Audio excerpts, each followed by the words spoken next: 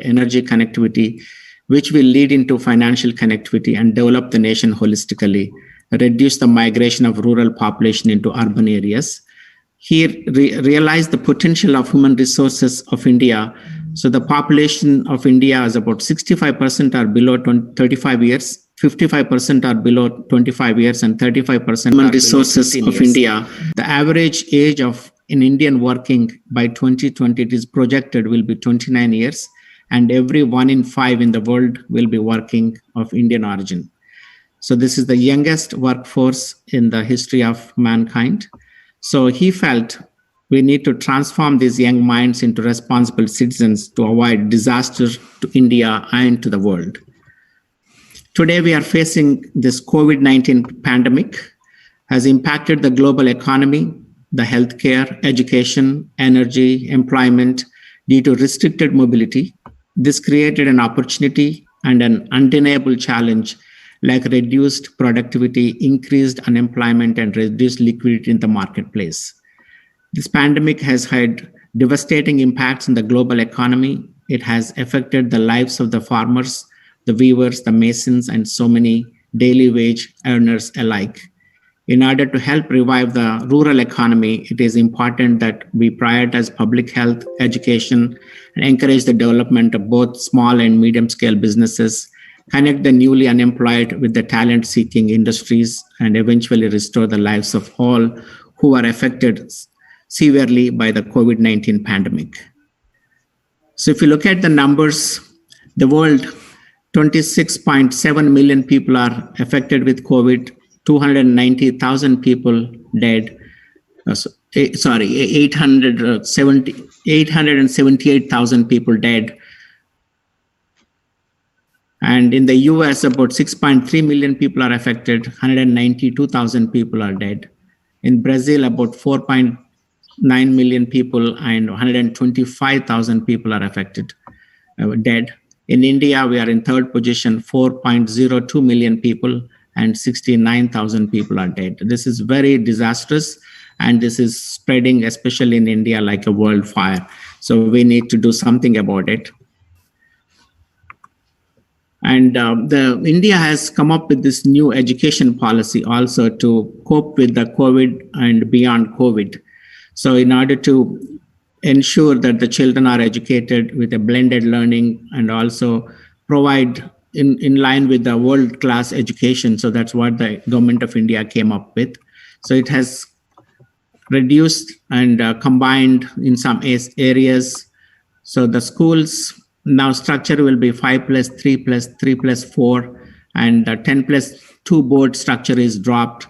And there's so many other changes, including the 6th standard onwards, vocational courses are available. From 8th to 11th, students can choose subjects. There's so many other developments, like higher education will be governed by only one authority. The UGC, AICTE will be merged. So again, like this, there are so many other changes. And today we're going to talk about how to transform the future of education and the role of teachers, students, and parents. There are many implementation challenges for the new education policy. The Lead India Foundation is hosting this global webinar by inviting the key stakeholders, the teachers, students, and parents, to share their views to transform the future of education. Before we go further, let me introduce the speakers. So we have the chief guest, Honorable Sushil Premajayanta, the Minister of Education Reforms, Government of Sri Lanka. And we have two youngsters who are going to inaugurate the session by singing the Guru Sloka, paying respects to the teachers. And we have our academic partners, Amity University, Vignan University, Rishihood University, and ICFI University. And we also have IGBP and college system from US. And we have our media partners, Mana TV, TV5, and we have several other TV channels as well, like V5, Janam Sakshi, Telugu One, Free Press, Sakshi, US One. Then we have our corporate NGO partners, the CIC Group, the Liberty Foundation, Vision Digital India, NRI Wala, and Al Khalifa Business School, and so many other partners who joined us today. So our keynote speakers today, So myself, Hari Panapali, I'm the founder and chairman of the Lead India Foundation. And our inaugural keynote speaker will be Dr. William Selvamurthy, president of Amity University, India. Our guest of honor, Dr. Jagannath Patnaik, vice chancellor, ICFA University, Sikkim, India. Our guest of honor, Professor Kamlesh Mishra, vice chancellor, Rishihood University, India. Our guest of honor, Dr.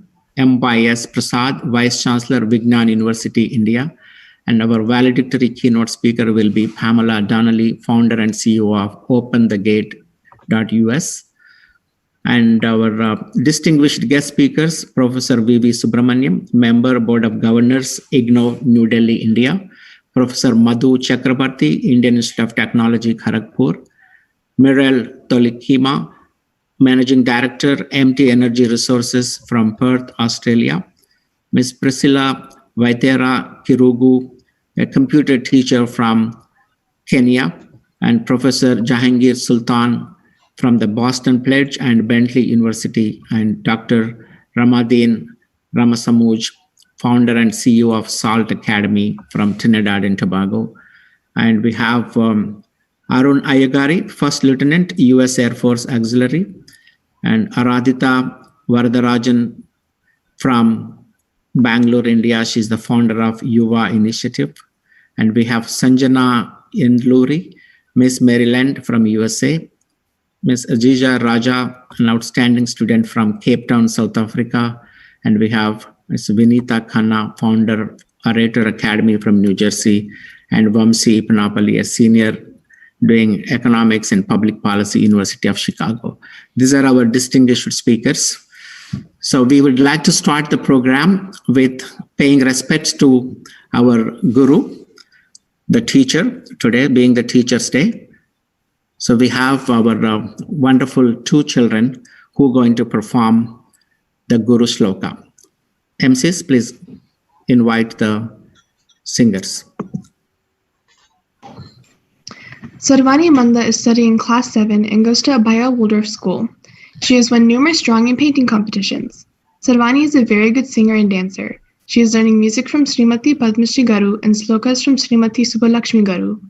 Sarvani is an avid sports lover who plays basketball and tennis. Sarvani wants to become a doctor when she grows up. She wants to start an NGO to help the poor and needy. Please welcome Sarvani Manda. అందరికీ నమస్కారం. నా పేరు సర్వాణి.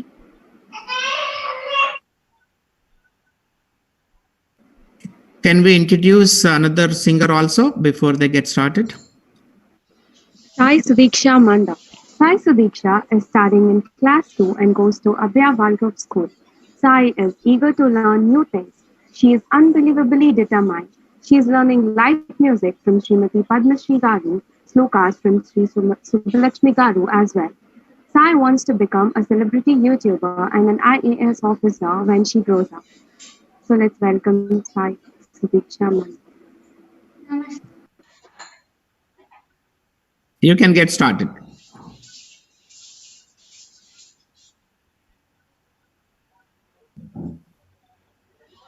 Guru Brahma, Guru Vishnu, Guru Devo Maheshwaraha, Guru Sakshat Parabrahma, Tasmai Shri Gurave Namaha. Tasmai Shri Gurave Namaha. Adi Shankaracharya Viruchara Guru Ashtam. Shariram Swarupam Tatava Kalatram Yashascharu Chitram Dhanam Merutulyam Manasche Nalatram Gururam Tripadme Tatakim Tatakim Tatakim Tatakim. The meaning of this verse is: if you have a pretty body, a beautiful appearance, a great fame, and a huge pile of money, if your mind is not attached to the lotus feet of your guru, What is the what is the use? What is the use? Saratram dhanaputra pautradi sarvam griham bandhava sarvametati jatam manaschena ratnam gururam tripatme tatakim tatakim tatakim tatakim. The meaning of this verse is if you have a beautiful wife, children, grandchildren, relations, and born in a great family, if your mind is not attached to the lotus feet of the Guru, what is the use? What is the use? What is the use? Sharangadivedo mukhe shastra vidya कवित्वादिगद्यं सुपद्यं करोति मनश्चेन रत्नं गुरुरं त्रिपत्ने ततः किं ततः किं ततः किं ततः किम्.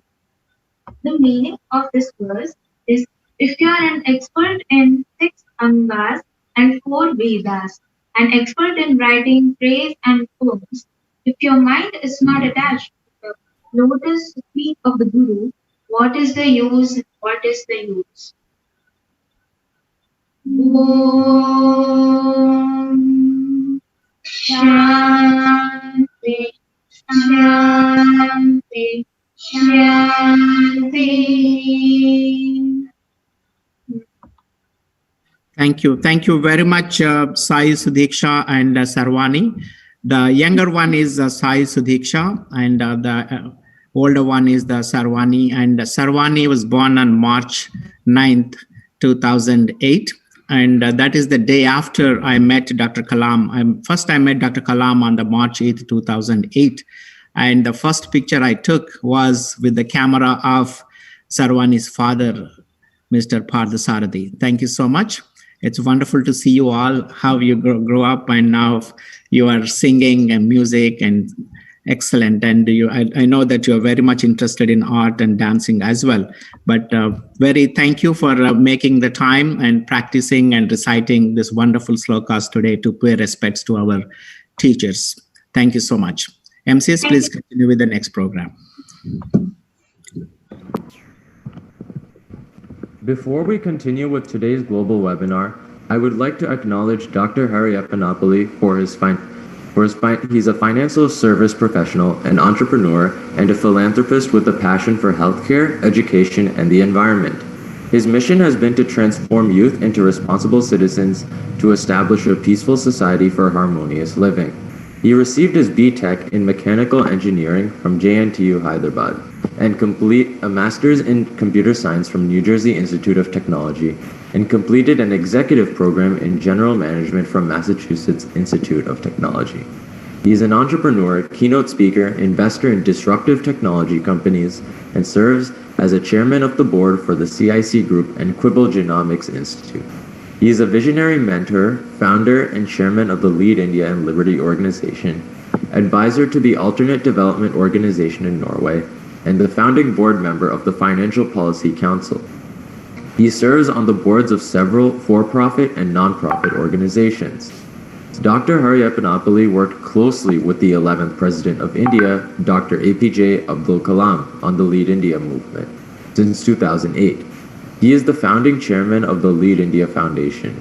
Lead India is a brainchild of Dr. Kalam's Vision 2020 and founded with a mission to provide affordable quality healthcare, affordable quality education, preserve and protect the planet for future generations, and develop spiritual families to establish peace and harmony in the society. Once again, I would like to acknowledge Dr. Hari Eppanapalli for all these things. Thank you, Keshav. Please move on to the next program.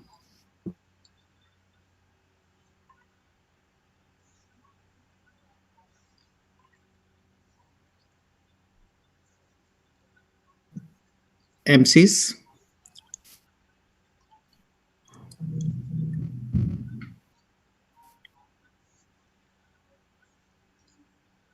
Samir. Dr. William Selvamurthy is presently working with Amity University as president of the Science, Technology, and Innovation Foundation. He is also the Director General for Amity Directorate of Science and Innovation. Dr. Selvamurthy is a distinguished scientist and served as a Chief Controller in Research and Development at the Defense Research and Development Organization, Government of India. He is a postgraduate in human physiology from the Christian Medical College and has a PhD from the University of Delhi, as well as a doctorate of science from Swami Vivekananda Yoga Anusudhana Samastana. He has been awarded a doctorate degree in recognition of his eminent attainment in the field of science by Fakir Mohan University, Balasore. He is currently spearheading the research and development activities for health and well-being of armed forces. Now let us welcome Dr. William Selvamurthy to deliver his inaugural keynote.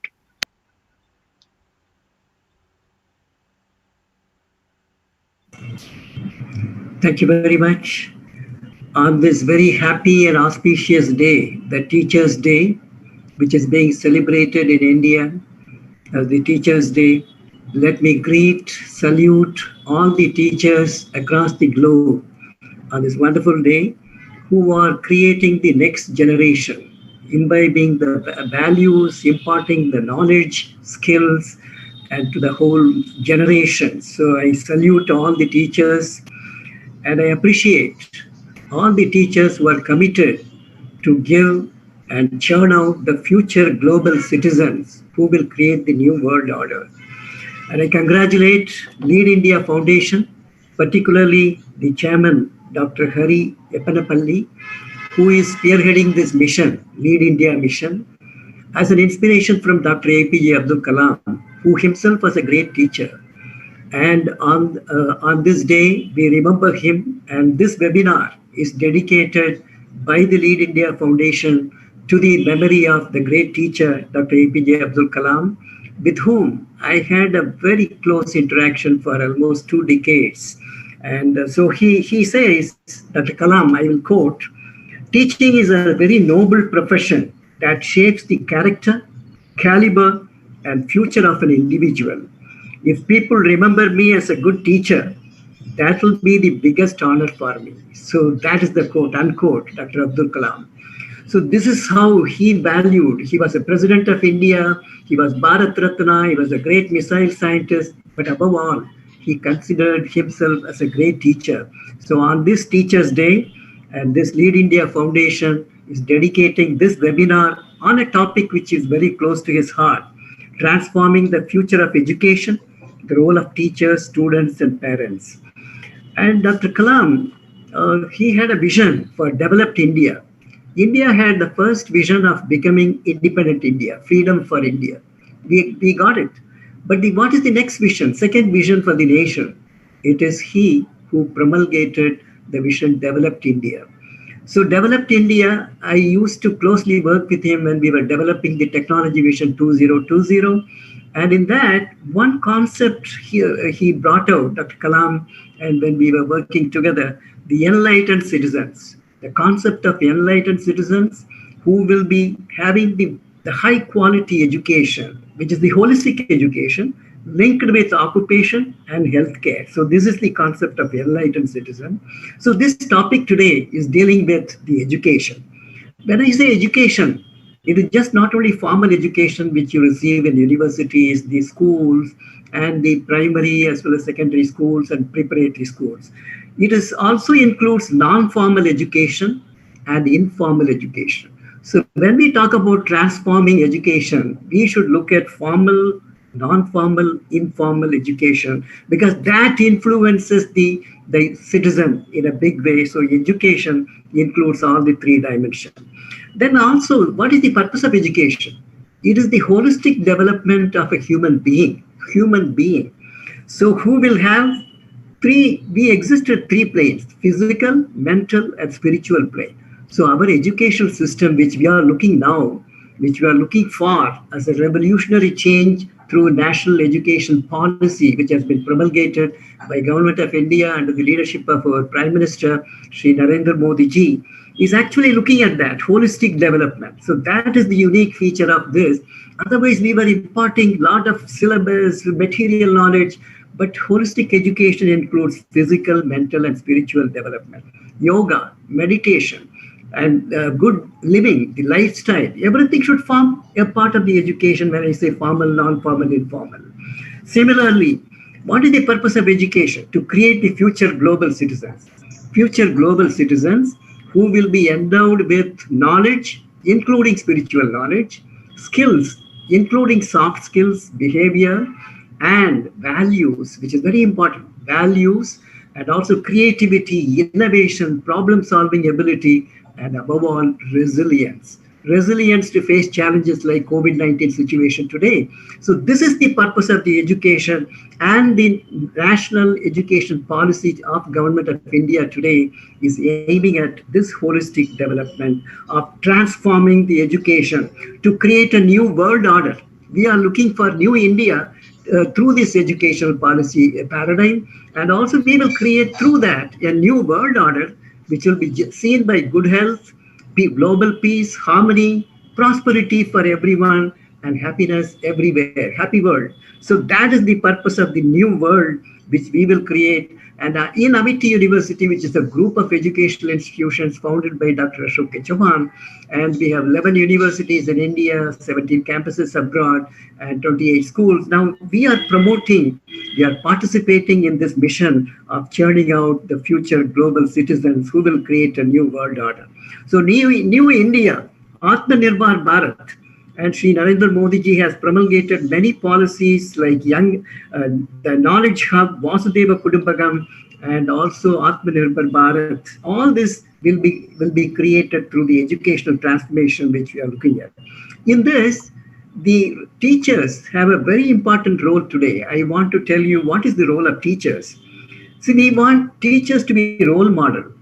They are not only giving the knowledge, disseminating the knowledge, but they are setting example by being. So that is one important thing for all teachers. You have to be a role model. You have to be an inspirational leader for your children, for your students. You have to be a reflective teacher growing every day, every day. And you should be technology savvy, because this online distance education is going to continue. The digital platform which we are now looking at, which we are the transacting the education today, is going to remain. So you have to improve your technology savvy, and there will be many technologies will come in: virtual reality, augmented reality, e-learning, MOOC, virtual classrooms. All this is going to be there. Virtual internships, virtual practicals. So all this will come. And what we need to create rural digital infrastructure. Dr. Hari just now mentioned that Pura concept is connect physically, electronically, economically. So you have to connect with villages. So now today the infrastructure, the digital platform infrastructure may not be available, but we need to invest through this NEP, National Education Policy. We will create that. And then the holistic education will be the whole forerunner, and we want our students to stay in India, study in India, but they will go abroad, learn, have cross-fertilization. But above all, we want to create a happiness quotient of our students to be very high. And no longer teachers, you are no longer a sage on the stage, but a guide on the side. So that is very important. You are no longer a sage on the stage, but a guide on the side. Then students, you have to, what is your role? You have to adapt to the change, which we are now looking at in the transformation. And beneficiary of this transformation is you, but you have to demand with high aspiration to be the next future global citizens. And you are the important stakeholders in the whole process of transformation. Acquire the life skills. And also in Amity University, we used to say bond, behavior, hard work, ambition, attitude, and belief in God. G is God. So if you have this bond, concept, philosophy in you, you will be able to achieve anything in life. You can manifest anything you desire. Now, you have to be the responsible citizens. You have to grow as a responsible citizens. Now, coming to the parents, what is your role in this transformation? You have to be a role model, because your children learn from you, the mother, father, and the family. Sanskars are imbibed by them and given by them. So you have to be not only a role model, but you have to be a teacher. The first teacher is you. So please realize that you must be a good teacher by being yourself. Reward good sanskars. Like when your student shows the mark card, 90%, 95% you applaud. When he shows a good behavior, like humility, like honesty, you reward that as well equally. So that the child will know that the good behavior is being rewarded, is being respected. So they will learn to be good citizens. So parents, now you reward not just only marks or digits which the students bring, your children, your wards bring, but reward a good behavior of honesty and also integrity. And if a person tells the truth, yes, I made a mistake, reward that equally. So that is the role which you have to. But ultimately, what I want to say is that the teachers, students, and parents, it is an integrated group. It is not three verticals. It is actually horizontal. If the transformation has to occur, all the three have to participate in this transformation. So don't look at the roles separately, but the roles are integrated. Many overlapping is there. If we have to create that future global citizens who will have both left hemispheric dominant functions and right hemispheric dominant function like love, compassion, empathy. If you have to give all this, then you have to work together as a group. This is what Amity Education Group blends in our education. We have a big role to play in this, and I'm sure we will contribute to your Lead India mission in a big way because of our global presence. In US itself, we have 3 big campuses over there. So Dr. Hari, and on behalf of the founder president, Dr. Ashoki Chauhan, the chancellor, Dr. Atul Chauhan, and all of us from Amity Group, we also assure you that you are in a big noble mission, and Amity Group will fully support you. And I once again thank you for this great opportunity given to us. I will intervene whenever there is a requirement of discussion coming in. Thank you for this opportunity, Dr. Hari, and wish you all the best in the Lead India Foundation. You are in a great mission. And on this Teachers' Day, once again, my pranams, salutation to all the teachers across the globe. You are the most important entity. And again, I'll end with Dr. Kalam's quote: if a country is to be corruption free and become a nation of beautiful minds, I strongly feel there are 3 key societal members who can make the difference. They are father, mother, and teacher. So this is the unquote, Dr. Kalam's words. So you have a big role, teachers, parents, and the students. So thank you very much, and also I compliment all the panelists who are very distinguished people. I'm very eager to learn. You are all my teachers now, and my salutation to our teachers, particularly Dr. Abdul Kalam, who has been my teacher, mentor, and also to Dr. Ashoki Chauhan, who is now the founder, from whom I learned quite a bit. Thank you very much, Dr. Hari. Over to you. Thank you. Thank you very much, sir. Wonderful. I felt as if I'm listening directly from Dr. Kalam itself, having worked with him for over 40 years. It's a pleasure and honor to have you today, and happy Teachers' Day to you. Thank you so much, sir. Please stay on. Thank you for your wonderful speech, sir. Thank you for addressing the words like parents being the role model.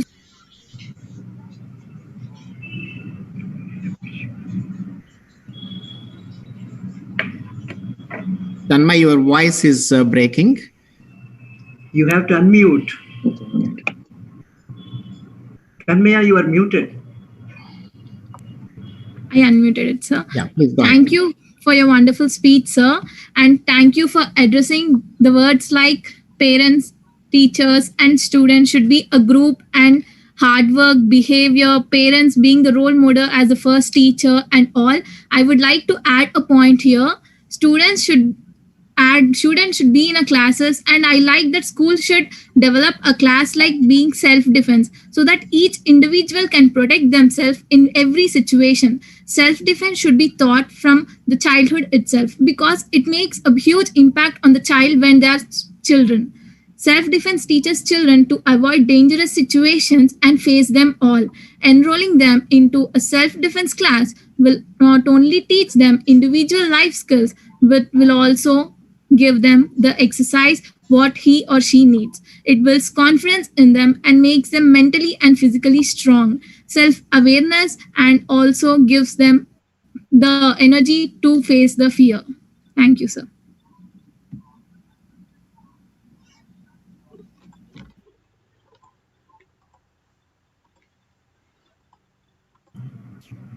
Hari, you are muted. Yeah. Please unmute. Thank you. Thank you so much. Please move on with the next speaker, our guest of honor, Dr. Jagannath Patnaik. A very happy Teachers' Day to everyone present over here. Dr. Jagannath Patnaik has served as a registrar and director of distance education in Sikkim Manipal University of Health, Medical and Technological Sciences. Director Maharshi Institute of Management.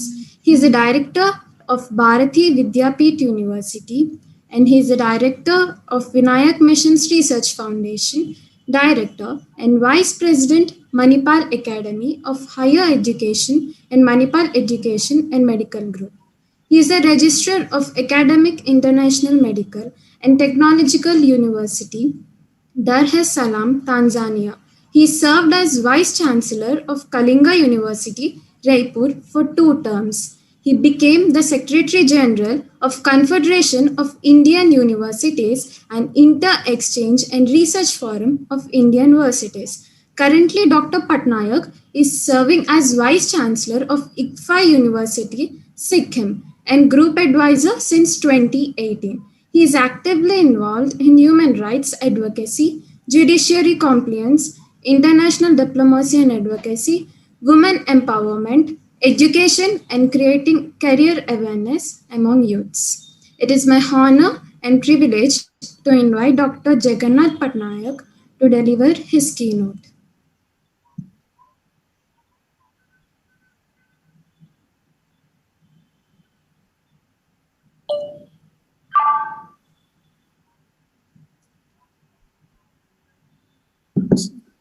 Looks like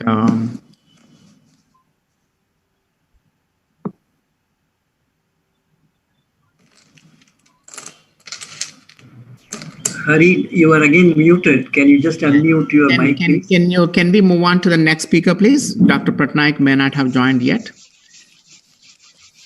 Professor Mishra is known for creating some of the most successful business models in the education sector without compromising on the ethical dimensions of teaching as a profession. He's a team builder and has created institutions which are talked about due to their work culture and the free environment for academic pursuits. He has been a consultant to a number of educational institutions in India and abroad. He is known for his approach to quality in higher education and for putting systems and processes to serve the larger education community of students and teachers. He is credited with successfully running the first fully delivered foreign degree program in India. He is currently the Vice Chancellor of Rishihood University. Let us now welcome Professor Kamlesh Mishra to deliver his keynote. Thank you so much. What I want to do today first, I want to wish everybody a very, very happy Teachers' Day. It's one of those days that we feel that there is some value to what we do and there is some recognition. Having said that, I'd like to share some thoughts on this whole concept of the profession of teaching itself today. Just a week back, I was having a discussion with my father, and he's 93.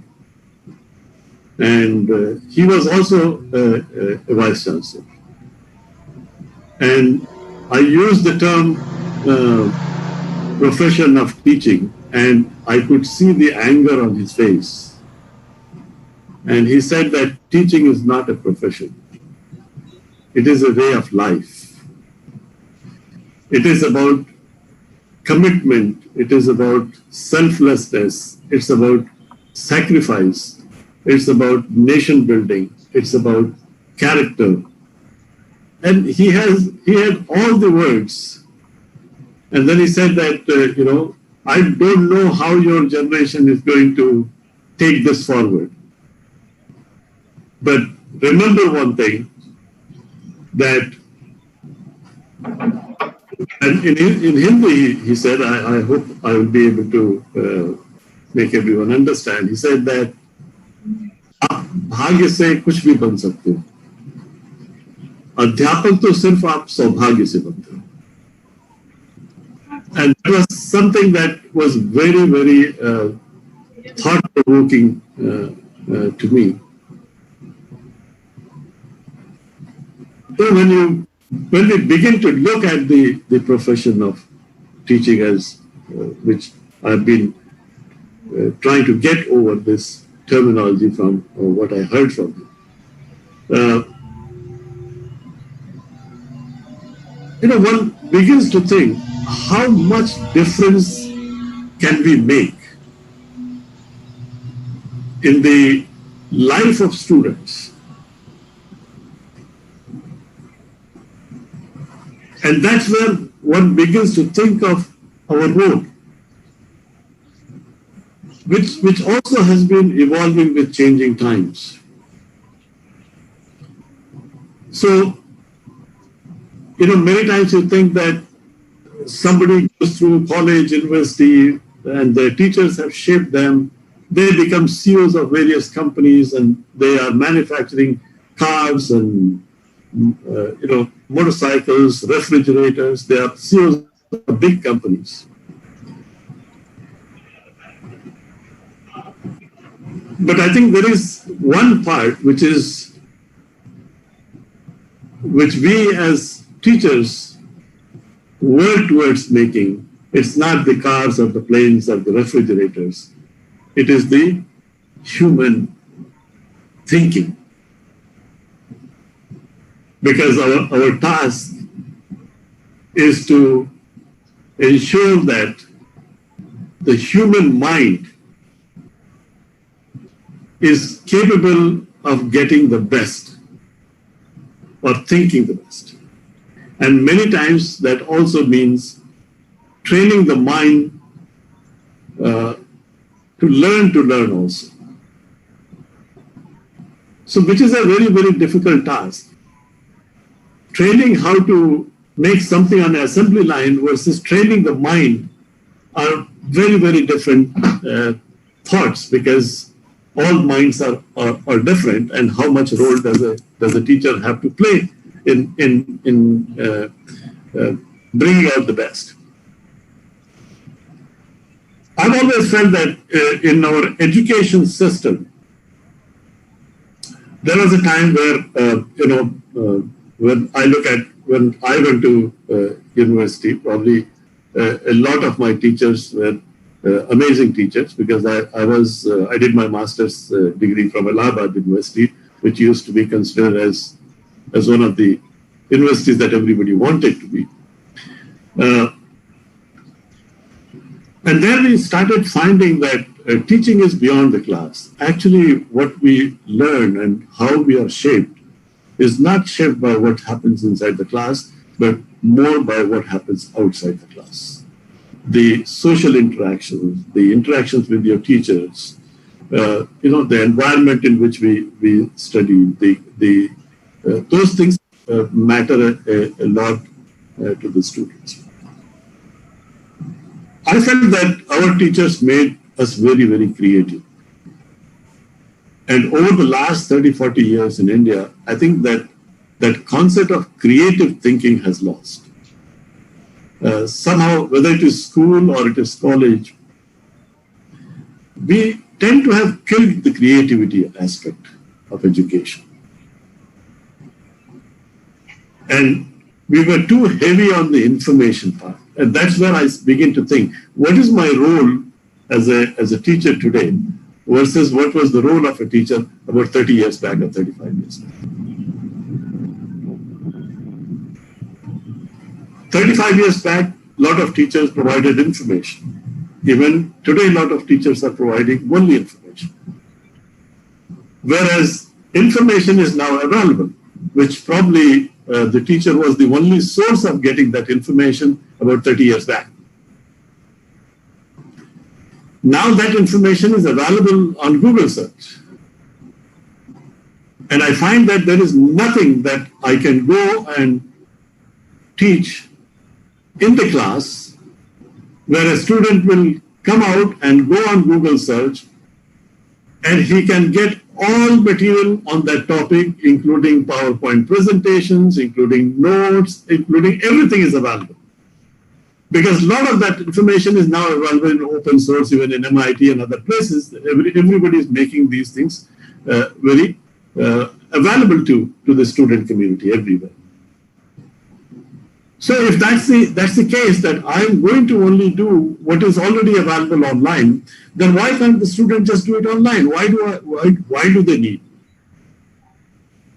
as a teacher? And I begin to think that maybe my role as a teacher needs to change. I cannot be an information provider anymore in the world in which we are living. In fact, there is so much of information that nobody is able to make sense of that information. So my job as a teacher has transformed from information provider to information processor. I need to take that millions of pieces of information, process that information, and be able to let the students benefit from that process of processing that information. So that's a shift in the way that we as teachers have to make. The second element that I want to raise is where, especially in case of India, I'm sorry, I'm not going to say that's the same case in the United States. I've taught there for 14 years, so I know that things are a little different there. But in case of India, there are certain issues. For example, what is the dividing line between what is academic and what is personal in education? Many times we tend to say that I'm going to deal only with academic issues.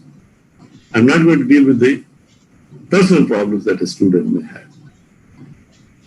The problem is that in the Western countries, there are a lot of facilities that are available to deal with personal problems in universities. There are counseling centers, there are counselors, there are psychologists, there are so many, which is not available in Indian conditions, and therefore teachers tend to be the ones who are going to do these things. So if a student has a problem, has a relationship problem, we say that we should not talk about it. There is no need to discuss. It's their personal problem. But we also need to think whether that personal problem has an impact on the academic achievement of that student. And if it does have an impact on the academic achievement, then we as teachers are responsible to take care of those things. Because his academic performance will go down if we don't solve that personal problem. Now, maybe we should devise a mechanism to do it, because everybody may not be a great counselor. So I'm not saying that everybody has to do it, but everybody must think about that this is something that we need to be concerned about, and we need to work with it and have our universities devise a system where such facilities are available. And I think nobody can push it more than teachers can push it. We have to. The third area that I want to touch a little bit, because my time is also short, I want to make sure that everybody gets their fair share of time. The third element is, especially in the Indian condition, I think it's important for us to get our spine straight now. And what I mean by that is, I think we have been blaming the system for too long. But please remember, we are the system. If I say that I don't like the culture of the organization, I'm responsible for it. I'm part of that culture. If I say that the UGC is not doing a right job, or they are not doing their inspections right, or AICT is not doing, I still ask the same question. Who goes to these inspections? It is the teachers. So I think it's time for teachers to look inwards now and stand up and say, we made a mistake. Because the one area where people could stand up and look into the eyes straight, right, was teaching. The value systems were very strong.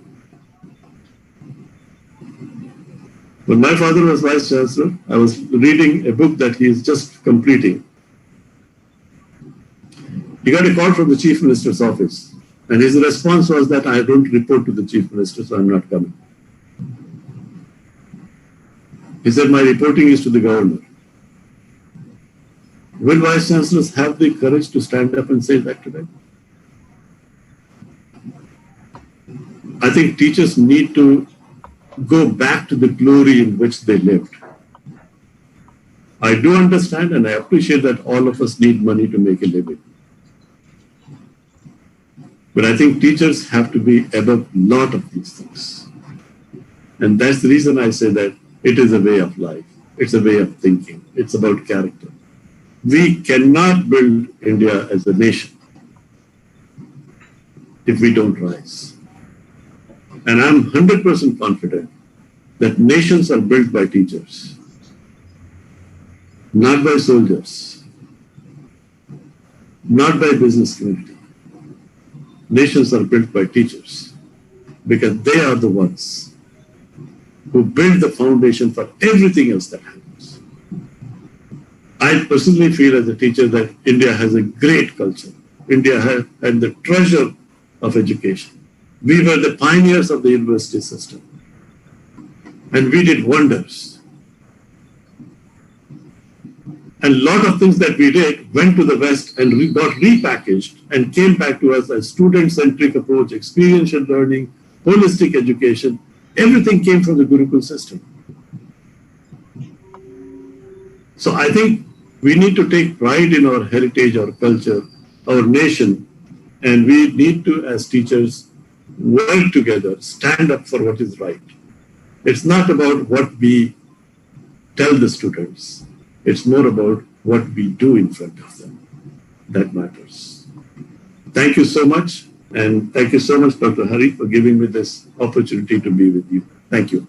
Thank you. Thank you so much, sir. You really shared how the teacher should be, and they definitely are the nation builders, not the military or not the brick and mortar people, but truly the way the nations can be built is transforming these young minds into responsible citizens. Only teachers can do that. Thank you for emphasizing that. Wonderful. Good to know that your father is also a teacher and a vice chancellor. So great to see you, sir. Thank you. Thank you, Professor Mishra, for those incredible ideas. Your comment on the profession, dare I say art of teaching, was truly inspiring. I would like to highlight your thoughts on the importance of our social interactions with teachers and the benefits we can get. Students should know that the teachers are only there to help and guide them. I also think something beneficial to the education system would be adding something like guidance counseling. This way they could help guide young students and expand their knowledge on career options and potentially the careers that they're going to pursue in their future. They could help identify their strengths so they know which careers are most suitable for them.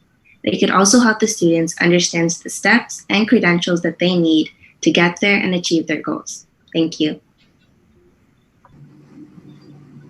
MCs, let's go to introduce our next speaker, Dr. Prasad.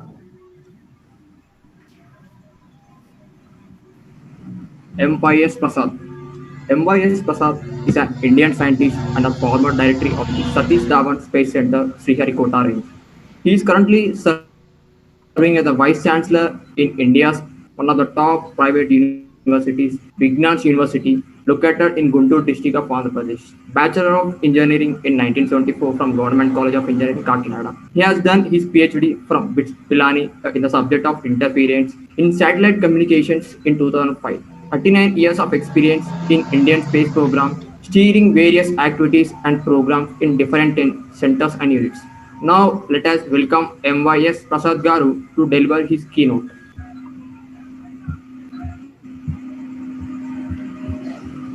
Thank you very much. respected chief guest of the webinar, guests of honor, executives of Lead India Foundation, all the speakers in the program, and some of the youngsters who are acting as the anchors and the links, and all the participants and audience of this program. First of all, hearty greetings on the Teachers' Day of India, which is being celebrated today. I am happy to participate in this webinar on transforming the future of education. It's heartening to note that your activities are inspired by the vision of Dr. APJ Abdul Kalam, who was my boss in the first launch vehicle project of India, SLV-3, for 7 years from 1975 to 82. And later we were in continuous touch till his sad demise. I am fortunate to have worked under him in the formative years of my career. The quality most relevant to is his faith and trust in young people. He always encouraged the young people and entrusted tough tasks to them. He fully believed that they are capable of delivering. He also always enjoyed the company of students and their inquiring minds. I believe this webinar, Transforming Future of Education, is a fitting tribute to him. I worked in Indian Space Research Organization, ISRO, in various capacities for 40 years and presently leading a technological university. So I can only talk about the subject and the role of teachers, parents, and students from technical and professional angles. This theme of webinar is very relevant in the present times. The COVID-19 pandemic disturbed all activities in the society, and education is the one which is most affected. We should take this as a challenge and an opportunity to review the strategies for future education. In fact, our institute, Vijnan's Foundation for Science, Technology and Research, is a deemed to be university in the state of Andhra Pradesh of India. This is a flagship unit of Vijnan Group created by a great educationalist, Dr. Lau Rattaya, who is our chairman. We were very quick to react to the pandemic so that our students do not lose on the academics. We planned and quickly adopted online teaching from the time lockdown is imposed. We conducted 10,000 online classes in the months of April and May. We organized online examinations with video monitoring of all the students during the exams. We completed the exams for our final year students in May and all other year students in June and July, totaling nearly 500 examinations, and all of them online. We also started the new academic year from this 13th of August for all the engineering students with well-designed digital content being delivered every day in the online classes. I'm very happy to say that the interaction participation is excellent from the students and the attendance is more than 90%. Now, this is the performance of our university. But our institute may not be representative for the whole region. India is a vast country with a lot of diversity from region to region or state to state.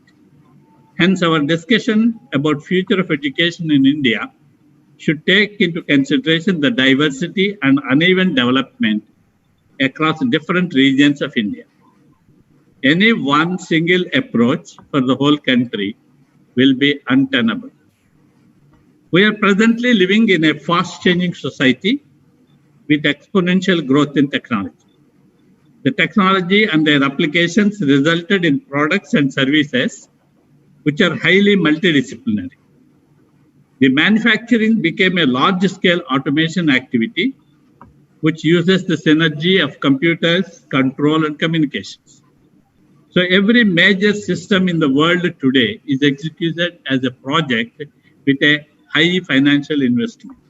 So these characteristics, that is multidisciplinary systems, high level of automation, and project mode of execution will define what the society wants and which type of professional society wants in future.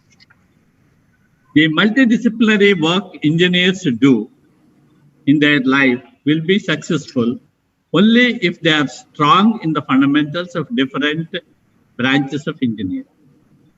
A team leader or a project director can successfully complete a major system only if he has strong fundamentals in engineering and mathematics. We proved it in ISRO, this fact.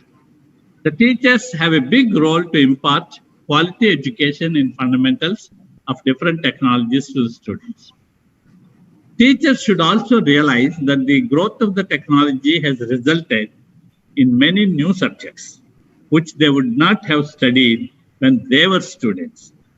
The best example is like mobile telephony, mobile computing, optronics, thorium as a fuel cycle. I mean, there are many more subjects and every branch of engineering, and they will also come up in future as the technology grows. The teachers have to learn the new subjects, master them, understand their applications, and should be able to transfer the knowledge to the students. This calls for highly motivated and forward-looking individuals to become good teachers of the subjects.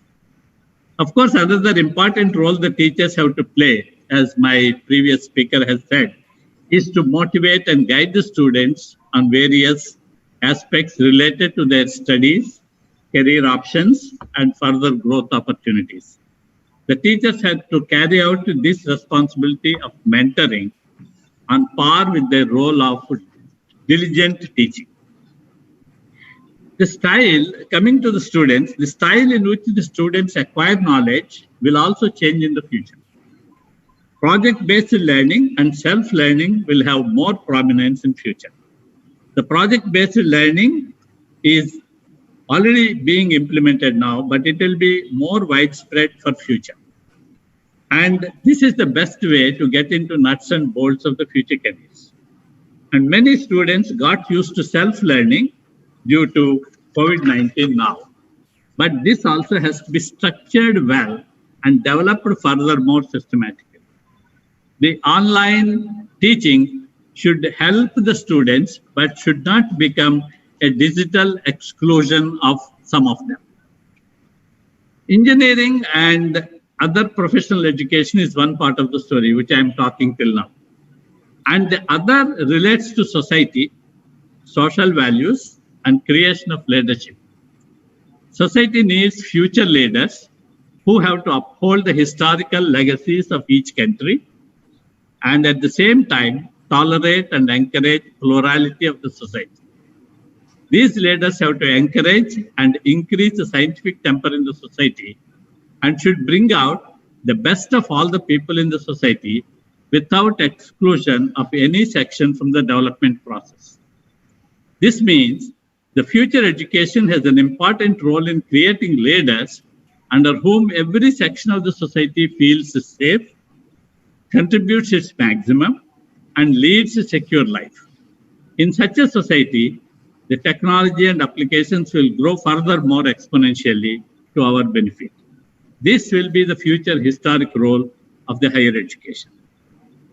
The policies of the government and their implementation on the ground by different states will be fruitful for healthy higher education only if the primary education is on strong basis and foundation. Free and compulsory primary education of good quality to all the children up to age of 14. This is a part of our RTE Act of India. That will be the only assured route for healthy and purposeful future education. A strong primary education only can transform the future of education and will become the foundation for further levels of education. These are my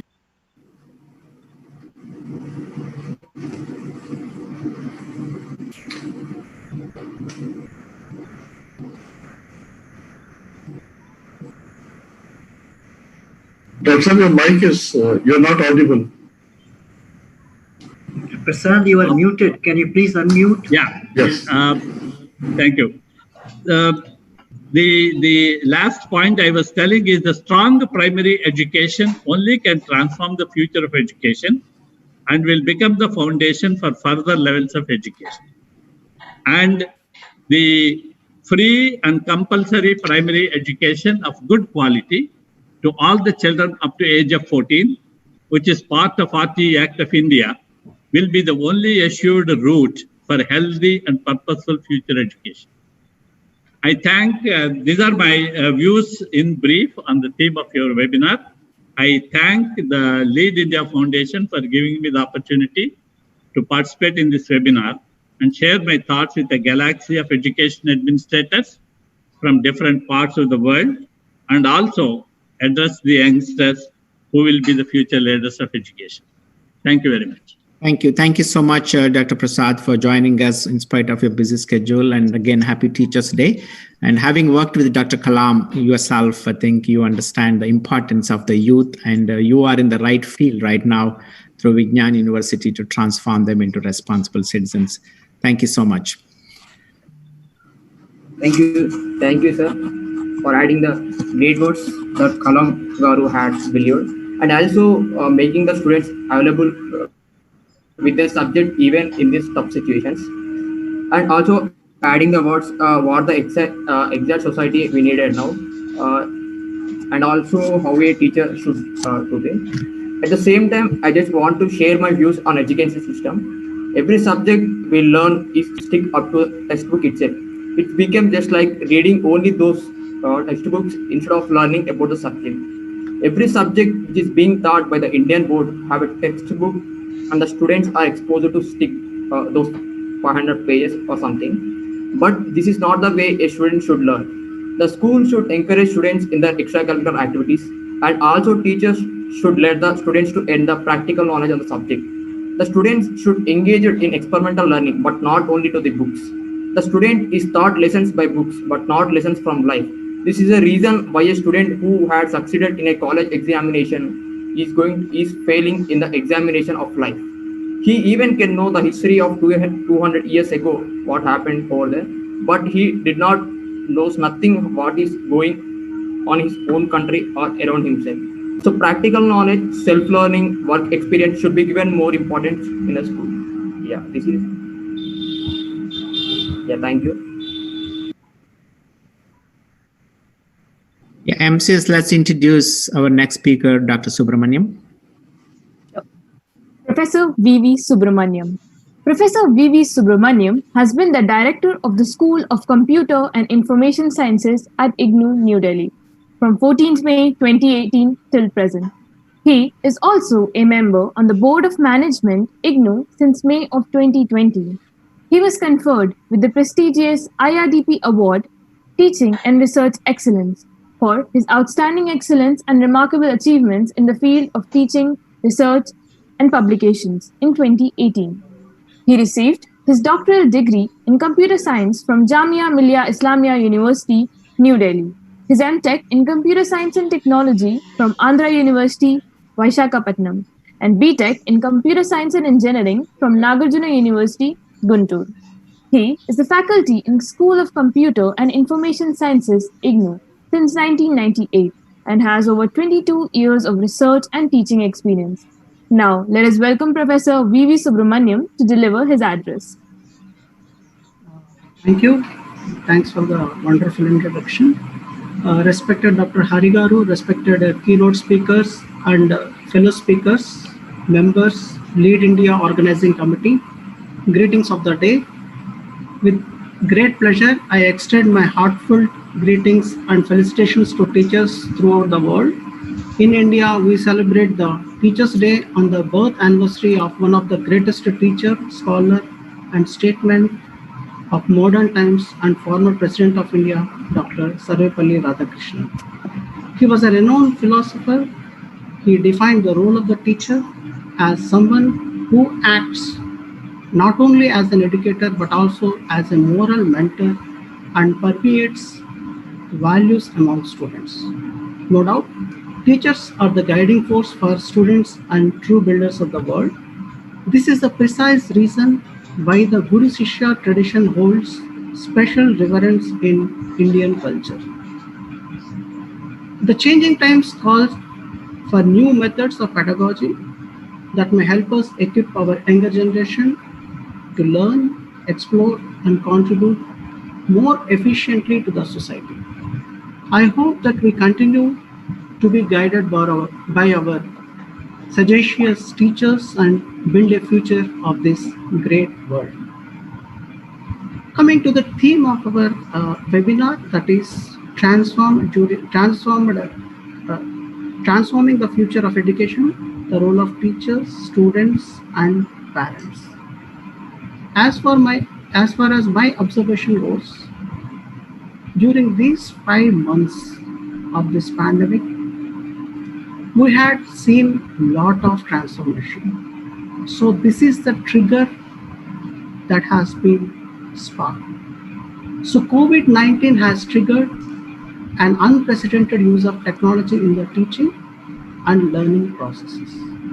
So being the teacher, I want to add the perspective of the role of the teacher here mostly, and then later on I comes to the student's perspective. The role of teachers is highly significant in the present context of COVID-19 because it is the teacher who acts as a learning facilitator of the young minds and guides them through online education. So in spite of the complete lockdown, I'll take the case study of my own university, Indira Gandhi National Open University, which is the world's largest university with 3 million students on rolls. So whole country is watching us because catering to some thousands of students is a big challenge. However, catering to 3 million students is bigger challenge. So India has devised many new and innovative ways of teaching their students and providing them all kinds of support services. In fact, the technological interventions and innovative initiatives by the university authorities of IGNOU, faculty and staff have made this period very highly productive from teaching learning point of view. We haven't left behind the student and we haven't taught him even he is no more like we can't serve the 3 million students. So during this COVID-19 pandemic, IGNOU, which is the largest university, as I told you, it has taken many innovative initiatives. So one of the initiatives was online induction and orientation programs were conducted for the students who took admission during the January batch, that is January 2020 admission cycle. And School of Computer Information Sciences has conducted immediately the online training programs in order to build the capacities at all levels, coming to the teachers, academics, and non-teaching staff of the university. So academic counselors, ours is a 3-tier structure wherein which the faculty at headquarters will prepare the material, give the support through the television and audio, video, podcasts, etc. But academic counselors at the regional levels and at the study centers, they provide the student subject-wise counseling, and they haven't, they completely supplemented by various technology-based instructions. Immediately, they had started the web conferencing, video conferencing mode through the Google Meet, Microsoft Teams, Cisco WebEx, and other kinds of means, wherein which they had delivered the student the best. Many counseling classes were being conducted by these academic counselors. So these are running to some thousands of coaches. So the Vice Chancellor of IGNOU has conducted few motivational sessions right by sitting at the headquarters. He is directly in contact with the students, conducting the Facebook live lectures, and he is using the mode of Gyan Darshan, Gyan Vani, and talking to the students continuously, and he is having a dialogue with the students continuously. And we at IGNOU have a very big digital repository. We are the brand mark of the course material, that is the self-learning material. And the biggest platform we have is the eGyan course. So that came as a rescue to us, wherein which the complete course material is online and the student can download through the website, Or else there is a different app called as IGNO e-content app, which is meant for the mobiles and tabs, wherein which the student, by sitting at home, they can study by using these two sources. So these are the primary sources. Counseling is already like in pipeline, so they are attending the classes. And recently, Government of India has reorganized 32 Swayamprabha DTH channels, and 4 of them are being given to Indira Gandhi National Open University. So channel number 17 to channel number 20 are at our disposal. So we are able to communicate so many of the departments material with the students. And then 47 new online courses during these 5 months we are able to deliver and launch through Swayam, a MOOCs platform of India. 15 new online programs were started during this pandemic. So during the normal times, we were not in a position to launch these many initiatives. However, the COVID-19 pandemic triggered us to work hard and deliver all these things. So many programs were being supported by web-enabled academic support, and all the statutory meetings were held online. Admissions for the July 20 to 2020 academic session are going on, and they are also purely online. Term and examinations are scheduled from 17 September 2020. As we have to cater to millions of students, so our examination cycle will be at least for 1 month. So it is starting from 17 September 2020 and it will end by 16th October 2020. And the term and practical examinations that we had planned to be conducted purely online. And we used the services of the Gyan Darshan, Gyanvani, our own channels of Indira Gandhi National University to reach the students. So assignments, project reports, everything we had collected through online. The most important thing is we had leveraged the potential of the social media tools like Facebook, Twitter, ebook, YouTube, etc. And we had conducted many lectures using these particular tools.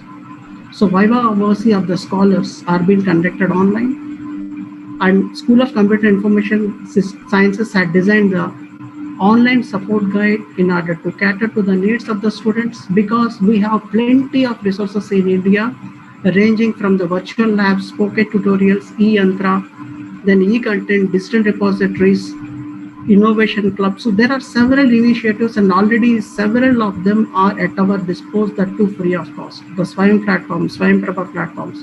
So all those things are there. So India, I see that in India, whatever the repositories, whatever the resources that we have, I haven't seen those many resources most of the Asian countries. So we have ample number of resources provided by the Government of India. A series of special awareness program on COVID issues has been organized in order to counsel all the faculty, students, and other staff of Indira Gandhi National Open University from the School of Health Sciences on daily basis. So technology mediated grievance redressal was in place and was initiated to address the grievances of the students. So there are several hackathons conducted by Government of India, and we have our own innovation cell, which is directly in coordination with the innovation cell of Government of India, and many of our students have participated in.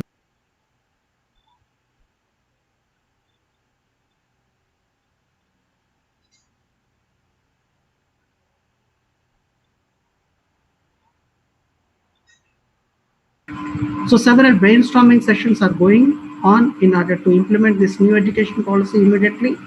For us, I think it would be very much easy. As rightly said, our university is following a multi-exit certification approach for each and every program. So for each and every 6 months, many of the programs have their certificates. For 1 year, they have diplomas, and if continue, the whole step-by-step certifications are being issued. So thus the challenges during these pandemic times are converted to opportunities by our university to support students at all levels. So catering to 3 million students is not a simple issue, it is a big issue.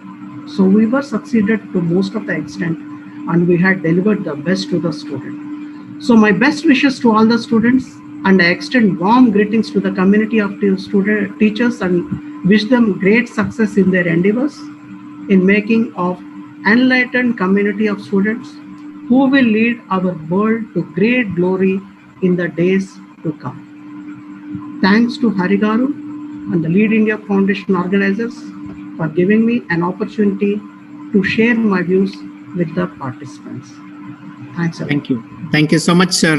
It's an honor to see you, and your university is truly a visionary university started by under the leadership of Professor Ramireddy Garu about 25 years ago. And now it is a reality that we all have to face the online education. And you have seen that going through the entire process. Now we think the whole country probably needs the direction of the Indira Gandhi Open University to enable them to provide the blended learning opportunity through the new education policy. Thank you so much, sir, for wonderful sharing your thoughts and how the Indira Gandhi Open University is conducting its business with 3 million students. It's the world's largest university. Thank you so much. Thank you so much, Subramaniam, sir, for sharing your thoughts with us, especially the idea of transforming and how it has triggered change. Just as we have witnessed how the last few months have drastically changed, it's very important for every education system or universities and schools. They need to be dynamic so as to stay par with the world, especially India. It needs to drop this idea of clerical education where each person is taught the exact same combination of subjects and skill sets in a particular course. Rather, we need graduates with different and unique skill sets. In today's day and age, we need creative and innovative startups to contribute value not just in our country, but also to the entire world. Thank you very much, sir, for being a part of this. Thank you. Thank you very much. Now our next distinguished guest speaker is Professor Madhu Chakrabarti from the Indian Institute of Technology, Kharagpur. Please welcome. Professor Madhusudan Chakraborty is an alumnus and former faculty member of IIT Kharagpur, and he is the founder director of IIT Bhubaneswar. He had received the Best Metallurgist Award for the Ministry of Steel and Mines, Government of India in 1996. Professor Chakraborty, in addition to his assignment in teaching and research, has shouldered many administrative responsibilities like head of the department, deans, and deputy director at IIT Kharagpur. He has served many other sister organizations as members of the apex bodies that include AIIMS Bhubaneswar, Ministry of Steel and Mines Government of India, CMERI Durgapur, and National Metallurgical Laboratory Jamshedpur, to name a few. He has supervised 24 PhD students and has published 189 research papers in reputed international and national journals, and one of his patents has been commercialized. But Professor Chakraborty has extensively traveled to visit many universities in the UK, USA, Canada, Kuwait, Germany, Malaysia, the Netherlands, Bangladesh, Singapore, and Australia. Now let us welcome Professor Madhusudan Chakraborty to deliver his address. Thank you, Keshav, for your introduction. Good morning, good afternoon, and good evening, ladies and gentlemen in North America, Europe, Africa, Asia, and Australia. At the outset, I'd like to thank the Lead India Foundation, Dr. Hari Appanapalli and his team in particular, for inviting me to share my thoughts on this precious occasion. Let me wish you all a very happy Teachers' Day. We are meeting at a time when the entire teaching community is facing a huge challenge. The teachers have to teach remotely.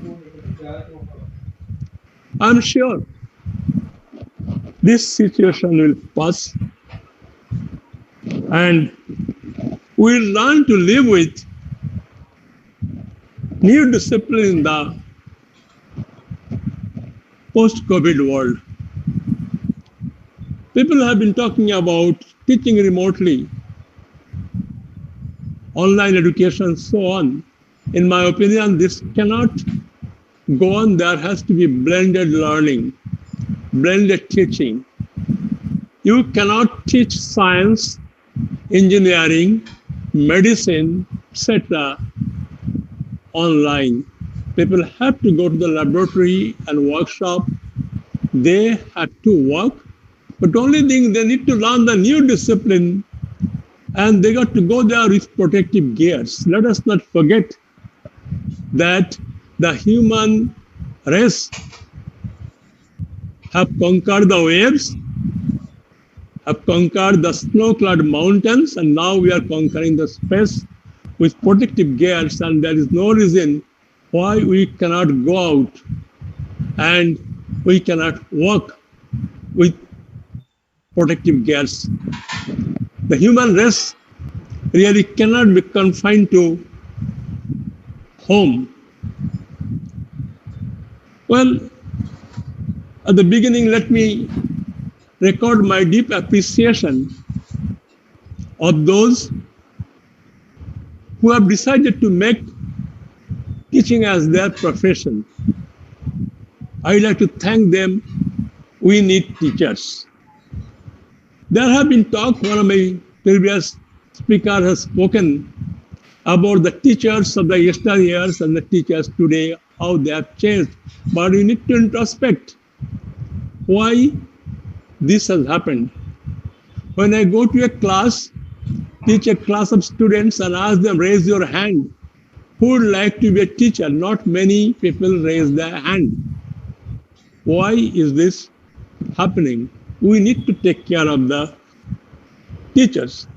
However, those who have joined the teaching profession, they have a mission to take our children through the passage of education and graduate them as global citizens. The teaching community plays a vital role in turning out graduates who make us proud by transforming the society through their active participation and leadership functions in various spheres of life.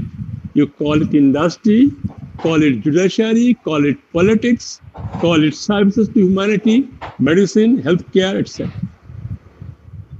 Although the teachers played a vital role in teaching learning process, the success of their mission would depend primarily on how they treat the students. Education requires total involvement of the teachers and students. There is a proverb that says, you tell me, I'll forget. You show me, I'll try to remember. Involve me, I'll certainly remember. The teachers have to learn together with the students and should treat the students as their co-workers. Teachers and students should learn. When I go to class, I pick up a topic and tell my students that let us learn this subject together. The day after teaching, I realized that I have understood the subject better. I was satisfied that I had done my job. It is important to recognize that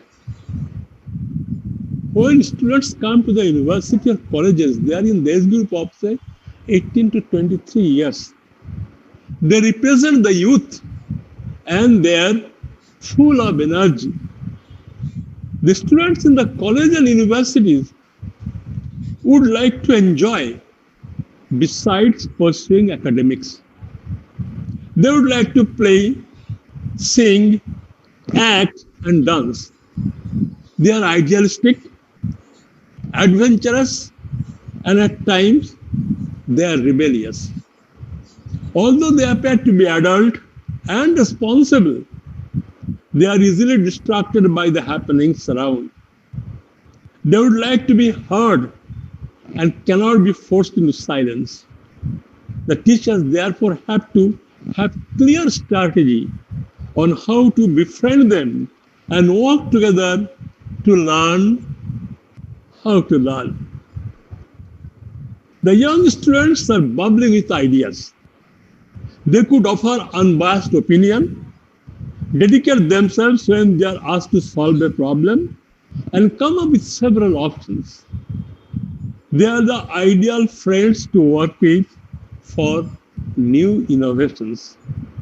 Teachers have to trust them, depend on them, make them feel responsible, and I'm sure they'll come up to the expectations.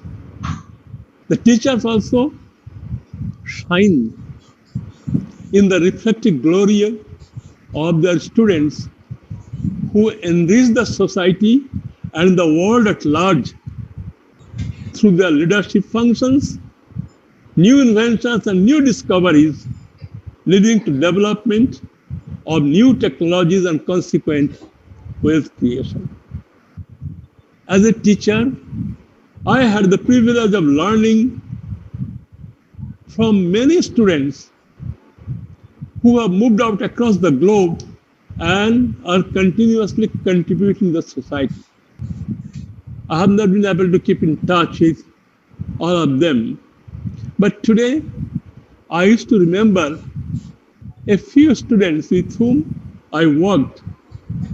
Initially, let me tell you, that was back in 1984, when the computer science was just coming up. I'm a hardcore metallurgist. I used to do all experimental work. Two students, one name is Chandan Haldar and that's Sumit Guha. They came to me, they wanted to work with me for their BTech dissertations.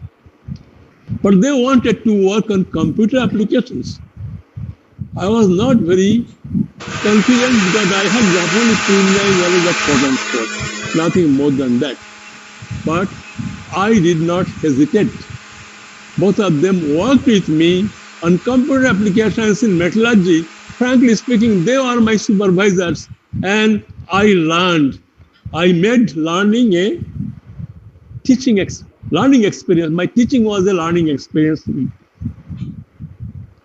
I may today tell you that I'm proud of one of my students, Sundar Pichai, who graduated in metallurgical engineering from IIT Kharagpur in 1993.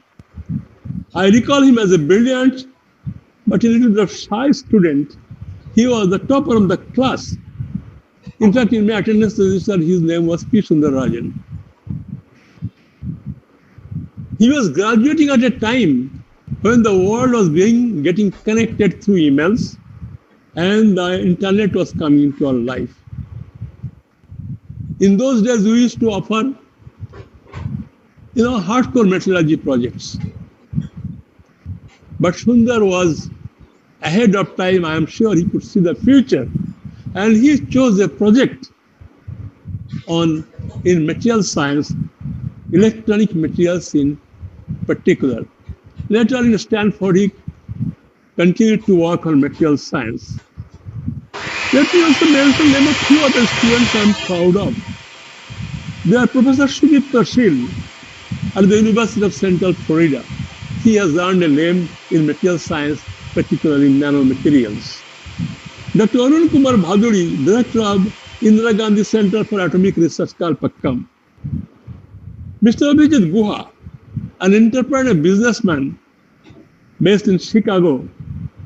And Dr. S.A. Kori, he has recently taken over the Vice Chancellor of Central University, Andhra Pradesh. I'm also proud of another gentleman who was not my direct student, but he joined as a young lecturer. And I had the opportunity to mentor him, Dr. B.S. Murthy. He is currently the director of IIT Hyderabad. Well, ladies and gentlemen, I resigned from an industry job. I was working in an auto industry. And I took up a teaching position in IIT Kharagpur back in 1974 against best advices. However, my experiences with my students and their achievements gave me a sense of fulfillment in life. I'm very happy that I joined the teaching profession. Formal education has been evolving since time immemorial. India was an educational hub since ancient times, we had a lot of universities, Temple University, Forest University, Ashrams, and so on. And Guru was one of the most important person in the life of the people. And since then, with the lot of advances in science and technology, speed of information sharing and all that, the education system has evolved. However, the dynamics of socio-political economic system, particularly in the last 30 years, extensive commercialization of education have brought the education ecosystem at a crossroad for new direction, and the pandemic has added a new dimension. I have been hearing my producer talking about the purpose of education. It is important how people view education. There have been people, some leading personality, calling education something like a service like bus and road services. I'm sorry, that kind of concept will not help the education system in any way. The outcome of the existing education system has been a matter of concern, and the desirability of transformation in the same has recently been discussed on many forums. The arrival of new generation of students in the ever-changing world has been constantly redefining the roles of the stakeholders, the teachers, the students, and the parents in particular. The children born in the digital era are coming to school and colleges with easy access to information. Some of my producers have already said the teachers are no more considered to be the repository of all knowledge, and accordingly their roles need to be redefined. They have to be facilitators, learn how to learn. Well, it is heartening to note the government of India recognized the need to reform, and after 34 years, they have introduced a new education policy. There are a lot of things people have already discussed. I don't want to add more to that, but I was quite pleased to learn that the new policy rightly identified the exact place of the teachers. The teachers must be at the center of fundamental reforms in the education system as the most respected and essential members of our society. We must do everything to empower teachers.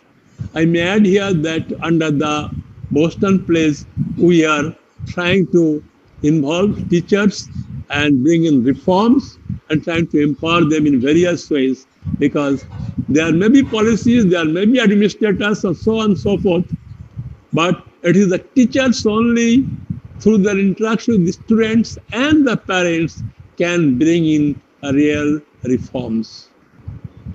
The student community has to learn to be disciplined and respect rules.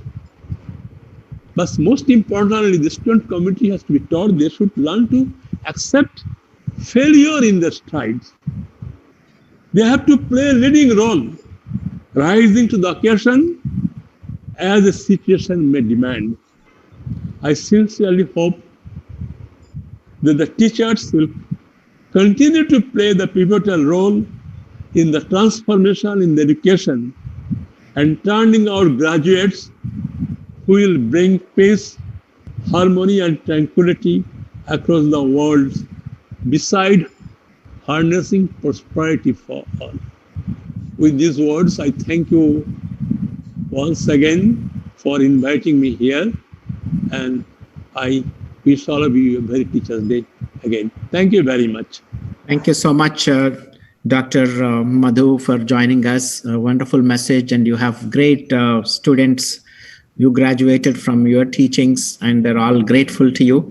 And especially, if I may quote, Sundar Pichai was also your student who graduated from IIT Kharagpur, and now he is a world-renowned person running as the CEO of Google, the great company in the world. Thank you so much, sir, for joining us. Thank you, sir, Professor Chakraborty. That was an excellent speech, and you brought up some very good points. I wholeheartedly agree that the very essence of education is in-person education, physical assignments and physical projects, you know? And without these things, you cannot show dedication. In order to show dedication, you need to be present in person. And as you said, you know, if you tell or show someone information, you can't possibly guarantee that they will learn. You know, they have to be in person, and you have to involve them in the process. But COVID has really restricted that, and this has also restricted the teacher's ability to transport information to students effectively. So we definitely need to empower teachers and come up with more efficient ways to give students the information and knowledge that they need in such a challenging time. So what exactly can we do if the teachers are not present next to the students? Well, maybe we can get the parents more involved in the child's education too, because the parents are also present with the children and the students. So maybe besides school education, maybe the parents can help with other things and can try to also display knowledge towards students, because they're in person, so they can really help teach students as well as teachers if the students went to school. Other than that, thank you, Professor Chakraborty. That was an amazing speech. So let's invite our next speaker, Meryl from Australia.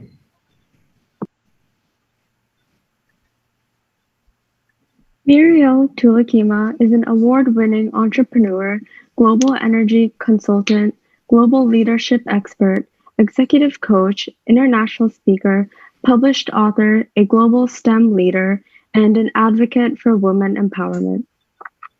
Tulakima has started as a petroleum engineer, then gained valuable experience by working globally in a wide range of technical and management roles. Currently, she is the managing director of an Australian-based energy consulting company called MT Energy Resources Ltd. Tulakima also founded the Muriel Tulakima Global Leadership in STEM Queens, Uganda, which aims to increase female representation in STEM fields. She is the host of the weekly global talk show, The Greatness Engineering Hour, and the editor-in-chief of the Greatness Engineering magazine. Muriel is part of the new wave of women who have embraced greatness in traditionally male-dominated industries such as engineering, globalization, innovation, and digital disruption. It is my honor and privilege to welcome Mrs. Muriel Tulakima to deliver her address.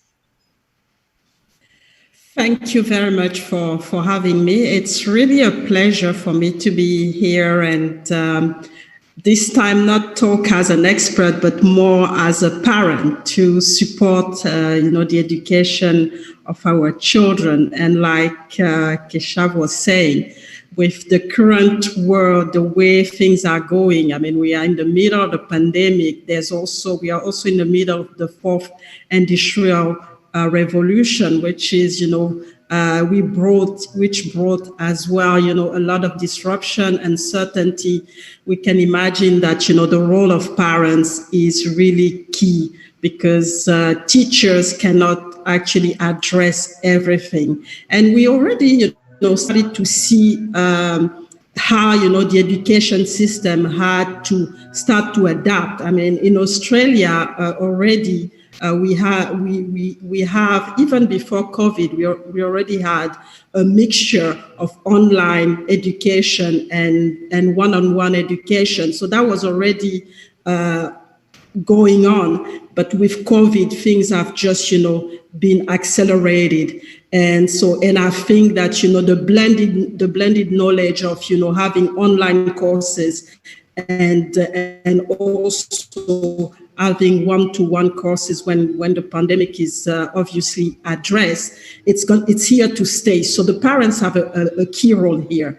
They have, on top of, making sure that they create a safe environment for the student, economically, spiritually, and also inculcating the right values. They need to, I think now, to switch or shift to a new role, which is the support, to support teachers and support. So they're basically going to be the bridge between the teachers and the student, because most of the time, part of the time, the children are going to be doing work at home. And it's going to be important for parents to start to educate themselves, to understand what's going on. So there's first thing, a step for parents to understand technology, because, students are now using technology, so they will need to understand technology, be in a way intelligent in technology, which means understand how some of the software that the students are going to be using if they want to help their children, understand, how, the information that are, used on the internet, because a lot of the students use the YouTube to get some of their, information, understand that, the validity of those information, and help the student at home to be able to understand really, what's really true, what's not true, and what they can implement. So a lot of work on really playing a role in understanding the technology, understanding how how things are done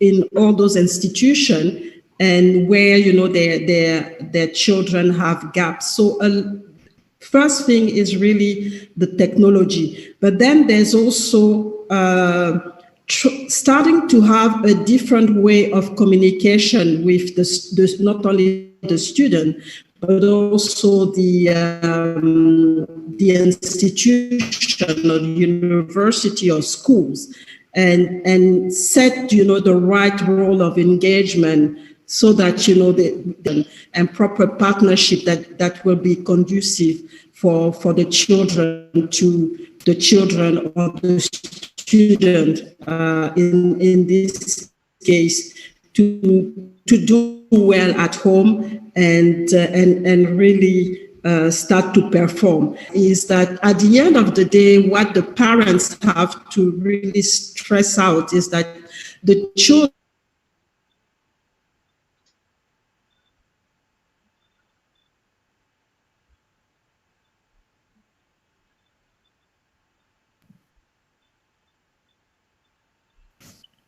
there is some internet connection problem for Marielle, so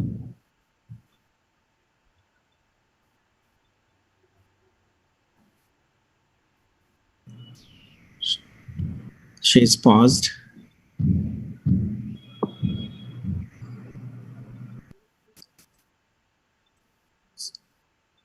We will give a few more seconds for her before we switch on to the next speaker.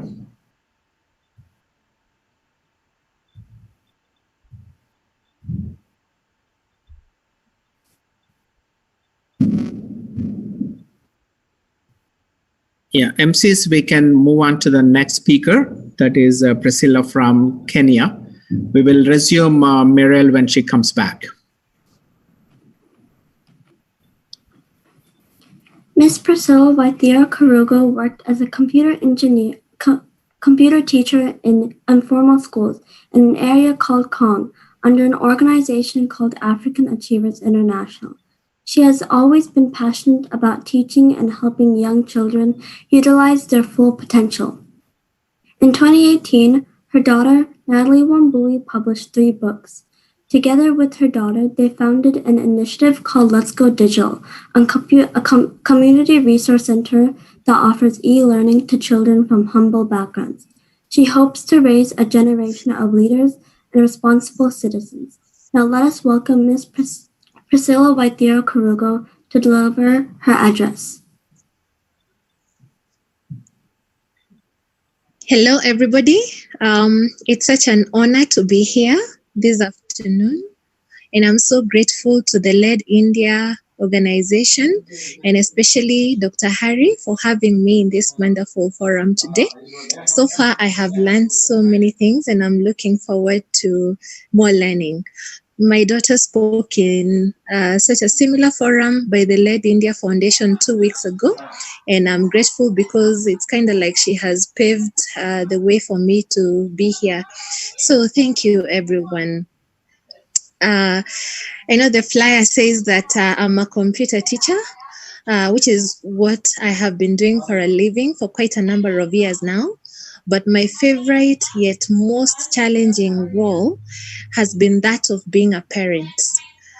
This role has defined me in so many different ways, and I'm a better person, more informed, more loving, less judgmental than I was almost 13 years ago prior to having my daughter.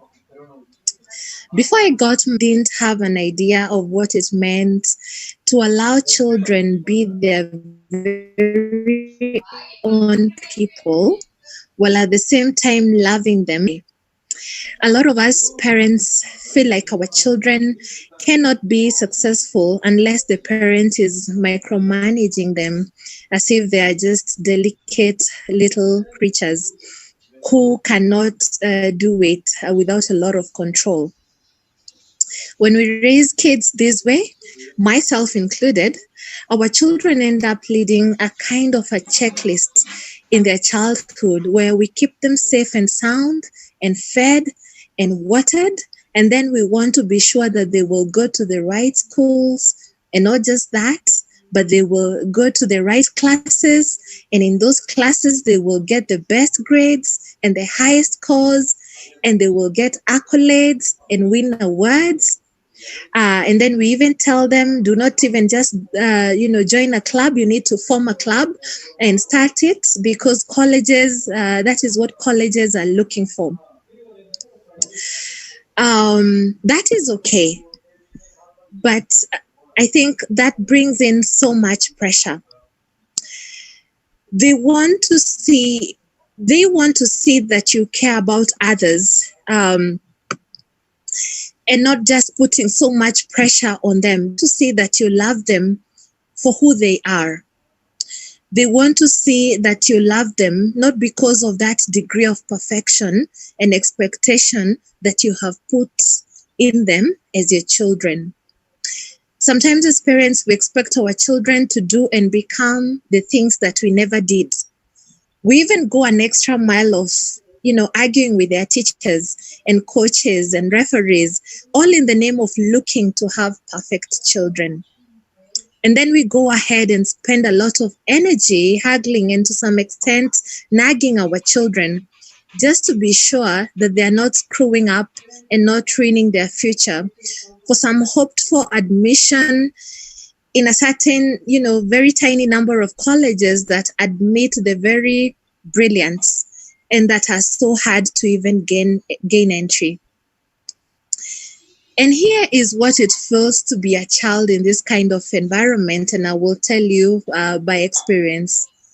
First of all, there is no time for play, because according to us parents, that's not enriching them enough. We even bar them from, helping around the house and doing chores, because we think that time should be spent reading for exams and doing quote unquote more constructive things. We deprive them from getting enough sleep as long as they are checking off the items in their academic and activity checklists. We like saying that all we want is to see our children happy. But when they come home from school, the first thing we ask about is their assignments and homeworks and the lessons and all that kind of stuff about academics. And it's clear to them that their approval is in their grades and in their school rankings, and that is the only way earn our love and support. That is so sad. And by the time they get to high school, they are so stressed. They run to their counselors and ask questions like, what do I need to do to get this type of grades and to join this type of college? And it's clear that the anxiety and depression check in from such an early age. And when their grades start going down, they begin to panic and call their friends and ask, has anyone ever gone to this type of college with such a bad grade? And it's so devastating because even their friends do not have answers to this kind of anxiety, and it becomes so depressing and devastating, and it sends our children to a lot of panic. And by the time they finish high school, they are already burned out. They have grown up way before their time. They wish that as grown-ups, we would just look them in the eye and say, you are good enough, and support their dreams and support what they're good at without comparing them with the rest of their classmates or with the rest of the, academically gifted children. But that is not the case in this generation that we are living in. And that is why mental health and wellness among children is becoming such a big issue, because of all these expectations that we have bestowed on our children. Depression and anxiety of whether they become what they want to become kicks in. As parents, we push them there with our obsession to think that they have no future if they never get into these careers that we have in mind for them. Or maybe we're just concerned for them not having a future that we can brag about to our friends and family. What are we doing? We are unconsciously denying our children the chance to develop self-efficacy, which is a very fundamental part of the human psyche. Self-efficacy is built when one thinks that one's actions leads to outcomes, not one's parents' actions on one's behalf, but their own actions. So if our children are to develop self-efficacy, and by the way, they must, then they will have to do a whole lot more than their thinking, planning, deciding, trial and error, dreaming, and experiencing of life for themselves. I'm not saying that every child is motivated and so we should just back off as parents. No, that's not what I'm saying. All I'm saying is that for us as parents to pressure our children for grades and accolades and careers is too narrow of a definition for success. Even though we might help them win short-term wins by overhelping, our main concern should be that they have the habits, the mindsets, the morals, the values, the skill sets, the willingness to be successful wherever they go. What I'm saying is that our children need to be a little less obsessed with grades and scores and more interested in a childhood that provides a foundation for their success. And what we will build by loving them and giving them chores and giving them the freedom to be children and young people. The Harvard Grant study once revealed that professional success in our kids, which is all we want as parents, comes from having done chores as a child, and the earlier they start, the better. This gives them the mindset to always rise up to the occasion without feeling pushed. It creates a work ethic in them. Another very important study from Harvard said that happiness in life comes from love. Love of humans, our spouses, our partners, our friends, and our families. So, childhood needs to teach our children how to love, and they cannot love others if they do not love themselves. And they won't love themselves if we can't offer them unconditional love. And so, Instead of being obsessed with scores when our precious children come home from school, we need to engage them. We need to close our technology and put away our phones and look them in the eye and let them see the joy that fills our faces when we see them for the first time in a few hours. And then we have to say, how was your day? What did you like about the day? And even when, just like Natalie likes to tell me, the best part of her school day is always lunch because she's such a foodie, then we need not to be angry. We need not to have expectations that all we want to hear is how the classes went and what she scored in those class assignments. They need to know that they matter to us as their parents and as human beings, and that they are loved and supported. Not because of their GPAs, no, but because they are our children. And here is the thing that these great institutions don't tell you, no matter how they want us to push our children to achieve all these good grades and get into these institutions. They do not tell you that these high scores and grades and accolades do not bring happiness and success. Happiness and successful people went to normal schools, community colleges, your local universities, and they were not pressured, and they found their dreams and purpose right where they are and where they studied. And so our job as parents is not to make them what we missed out or what we wanted to become, is to support them to transitioning into their glorious selves. Thank you, everybody. Thank you so much for joining us today, and having raised a celebrity daughter who is 12-year-old and written 4 books already, and you have the first-hand experience and sharing with us, wonderful. And the last quote you mentioned was allowing them to pursue their passion is the key. Not living in your dreams, but having them live in their own, realizing their dreams is the key. I think you made it happen, and we look forward to seeing your daughter one day to transform the entire Africa and the entire world. And I think that's what I see in the future.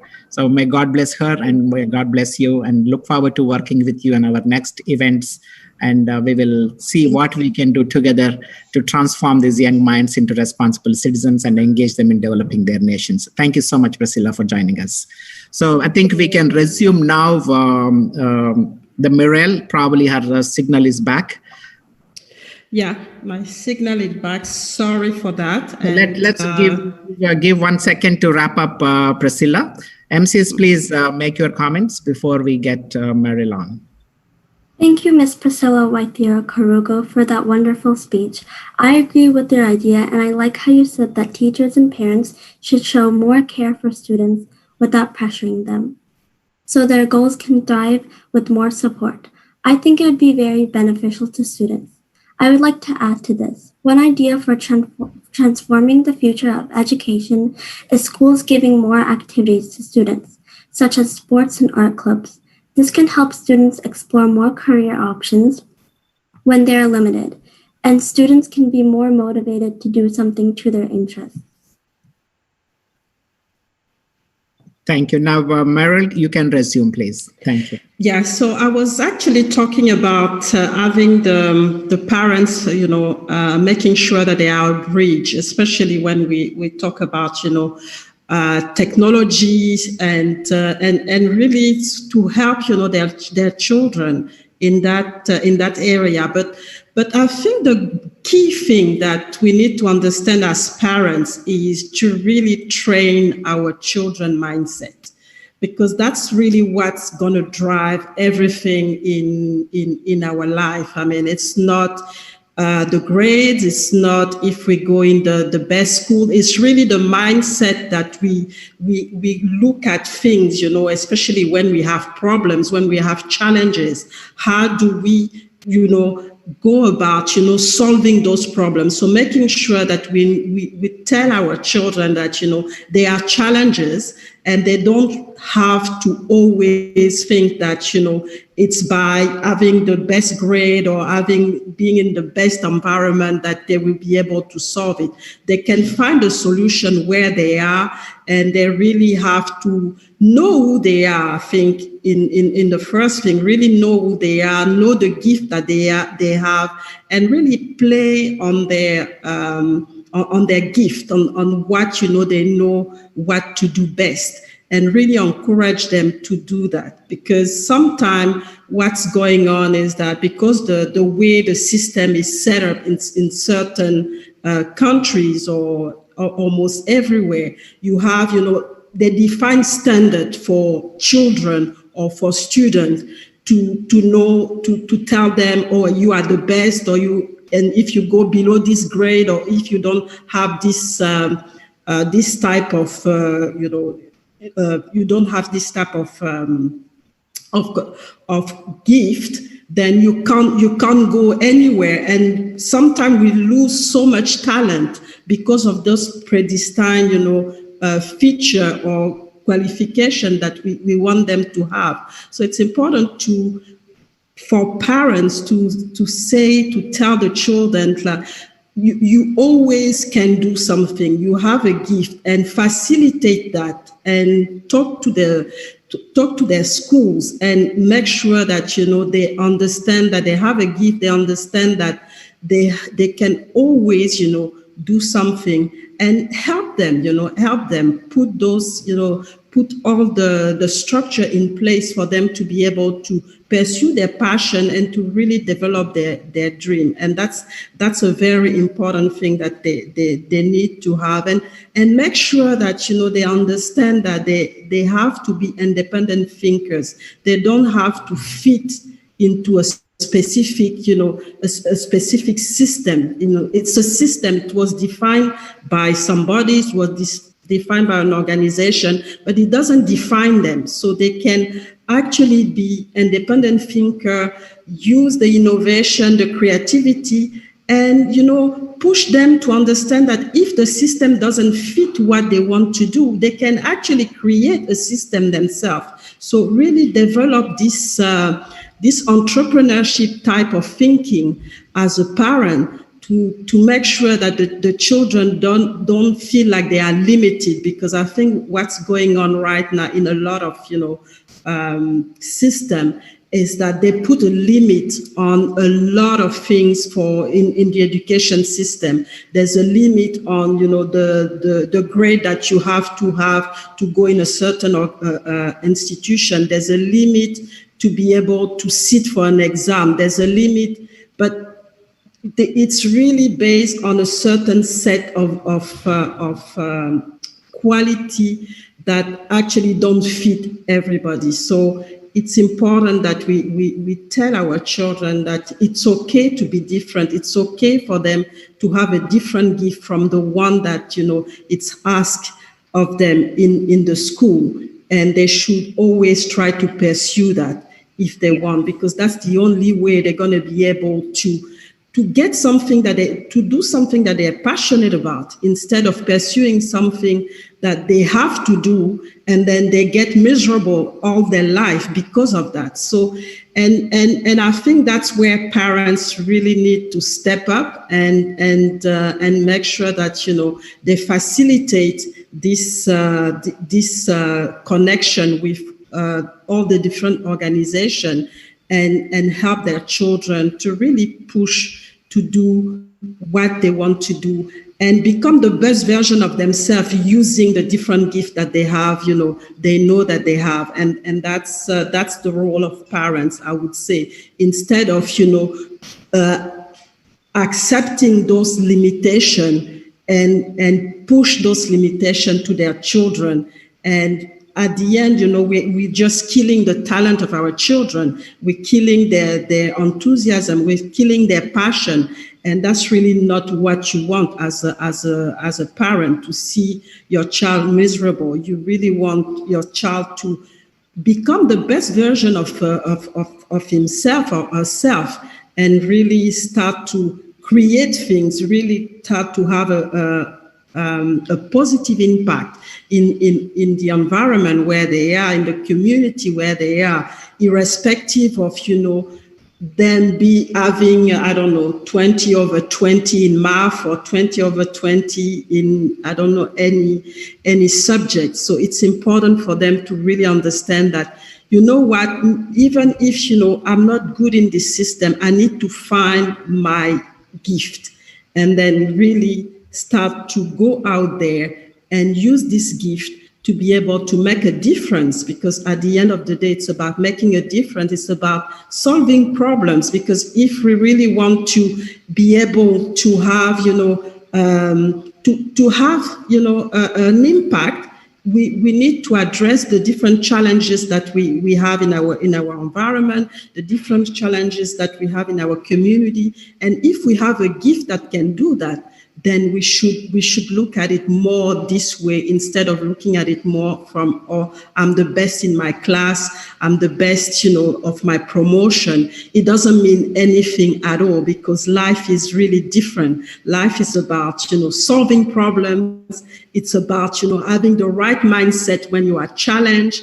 And it's about really making sure that you create, a positive impact, and you add value everywhere you are, and not just, having all those letters, because at the end of the day, those degrees are just letters after our names.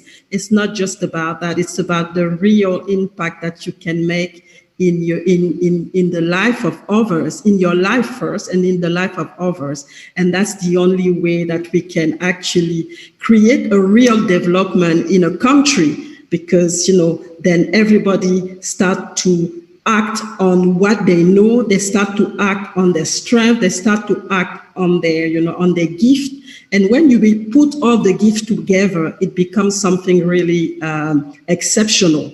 So that's really the very important part that parents need to play, is that change the narrative, communicate with their children, their student, and help them to really see, help them to discover who they are, discover their strength, discover their gift, and support them in this direction, so that they can be very active citizen and very happy citizen, and really play on their passion, play on their strength, and bring the rest of the people around them, in the process. Because at the end of the day, if they are happy, they're going to create happy leaders as well, and it becomes something contagious that's going to have a big impact at the country level. So I think that's where I see, parents taking more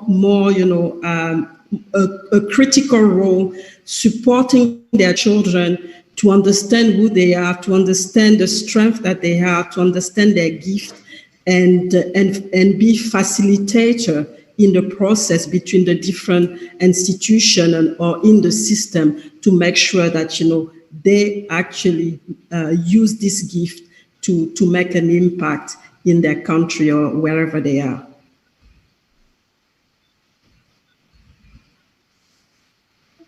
Thank you very much, Mirelle. Sorry for the technical difficulty, but I'm glad you were able to get back in and shared your thoughts as a parent. And we look forward to working with you on this mission to transform these young minds, and having engaged more parents to help their children to pursue their passion. I think that is the key. You also echoed the same.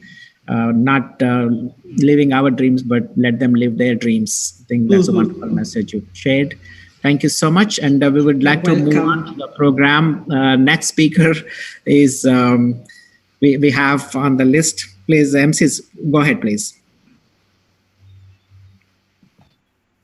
Dr. Jahangir Sultan is a professor of finance and the founding director of the Huey Center for Financial Services at Bentley University. He teaches fixed income and international financial management at the undergraduate and graduate programs at Bentley. Dr. Sultan has published over 35 articles in many prestigious academic journals, including the Journal of Financial and Quantitative Analysis, European Journal of Finance, and Journal of International Money and Finance. He won the Bentley University Scholar of the Year Award for his research in experimental finance, foreign exchange exposure management, and international portfolio diversification. Dr. Sultan has also serves on the advisory board for Artico Partners, a fund that uses quantitative strategies to pick stocks in Zurich, Switzerland, Green Technologies Ltd. In Partnership in Social Development in Toronto, Canada, a firm that provides external monitoring of NGOs in developing countries. Now let us welcome Dr. Jahangir Sultan to deliver his address.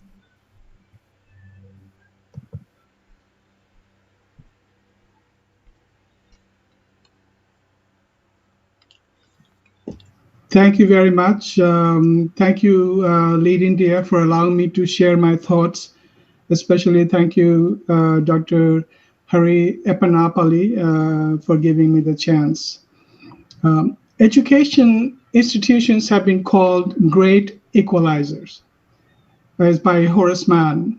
Education is considered by many as the single most critical driver of economic growth. And yet, the education industry has always had to deal with many issues, such as lack of funding, access to affordable education for all, lack of qualified teachers, lack of appropriate infrastructure, lack of equipment, student retention, appropriate salary, proper curriculum to position students to face the constantly changing world. The list goes on. And that's before the COVID-19. The onslaught of COVID-19 simply exacerbated these issues and created some other formidable challenges for the industry worldwide. And my apologies for calling education profession or the infrastructure as industry. Anyway, according to the United Nations, 94% of students worldwide, and that adds up to about 1.58 billion children and youth from 200 countries, are affected by school closures, lockdown, and so on. And this includes all sorts of educational institutions. So the problem is real. In addition, the funding gap continues to widen, and especially in developing countries. According to UN, there is $148 billion worth of funding gap for providing quality education in low and lower middle income countries. So I'm going to highlight a few challenges facing educators in a post-COVID world. Actually, we are in the midst of it. And I'll draw upon my own experiences and also highlight what might be relevant in India, Bangladesh, and elsewhere. Society has a lot of expectations on teachers. And we have heard about macro issues from many of the previous speakers. Let me concentrate on a micro level because the devil hides in the details. I'll not cover anything new. Some of these have already been covered. But we must keep addressing these issues to find some solutions. So, economics of higher education, to start off, there is a conflict, especially for private versus public institution. Public institutions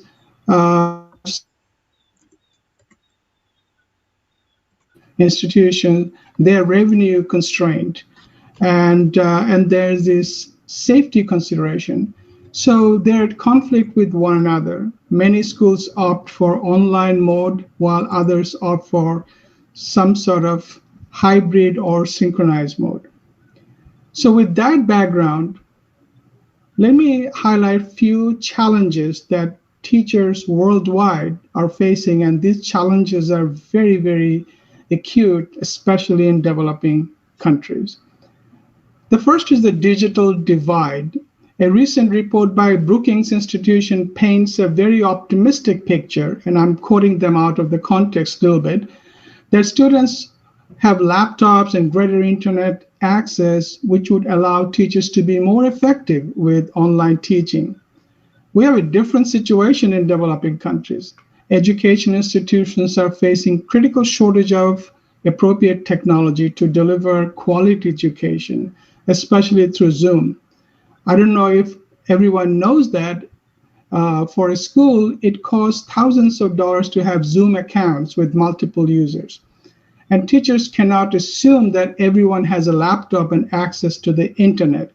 Even in the United States, not all families with kindergartens and middle school children can afford the internet. And there was a recent report on CBS that highlights two primary school youth sitting next to a Taco Bell for free internet access. Imagine what the situation would be in a rural India, for example. Similarly, technological bandwidth and disruption in technology significantly affect the delivery of what we try to provide to students. So teachers also cannot assume that all students are properly trained in digital technology. The situation gets worse in developing countries, and it seems that the problem is an inverse function of the level of income. If parents have higher income, their children are more trained, and the reverse is true for lower income parents. And digital versus hands-on education, and this also has been mentioned. How do you teach labs? Whether you're conducting a lab on biology or chemistry, students are missing out on hands-on interactive education. You cannot dissect a frog on a computer screen and expect your students to also learn. The modality is also a critical issue. As I mentioned, hybrid versus synchronization. In a class of 35, suppose, maybe 15 will be allowed to come one day and then we switch. This constantly changing the educational modality is challenging for students as well as for teachers.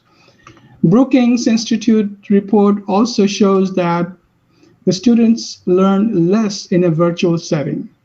For teachers, managing technology, learning a new way of teaching, managing interactions, managing exams, emails, learning expectations, all that can lead to teacher burnout.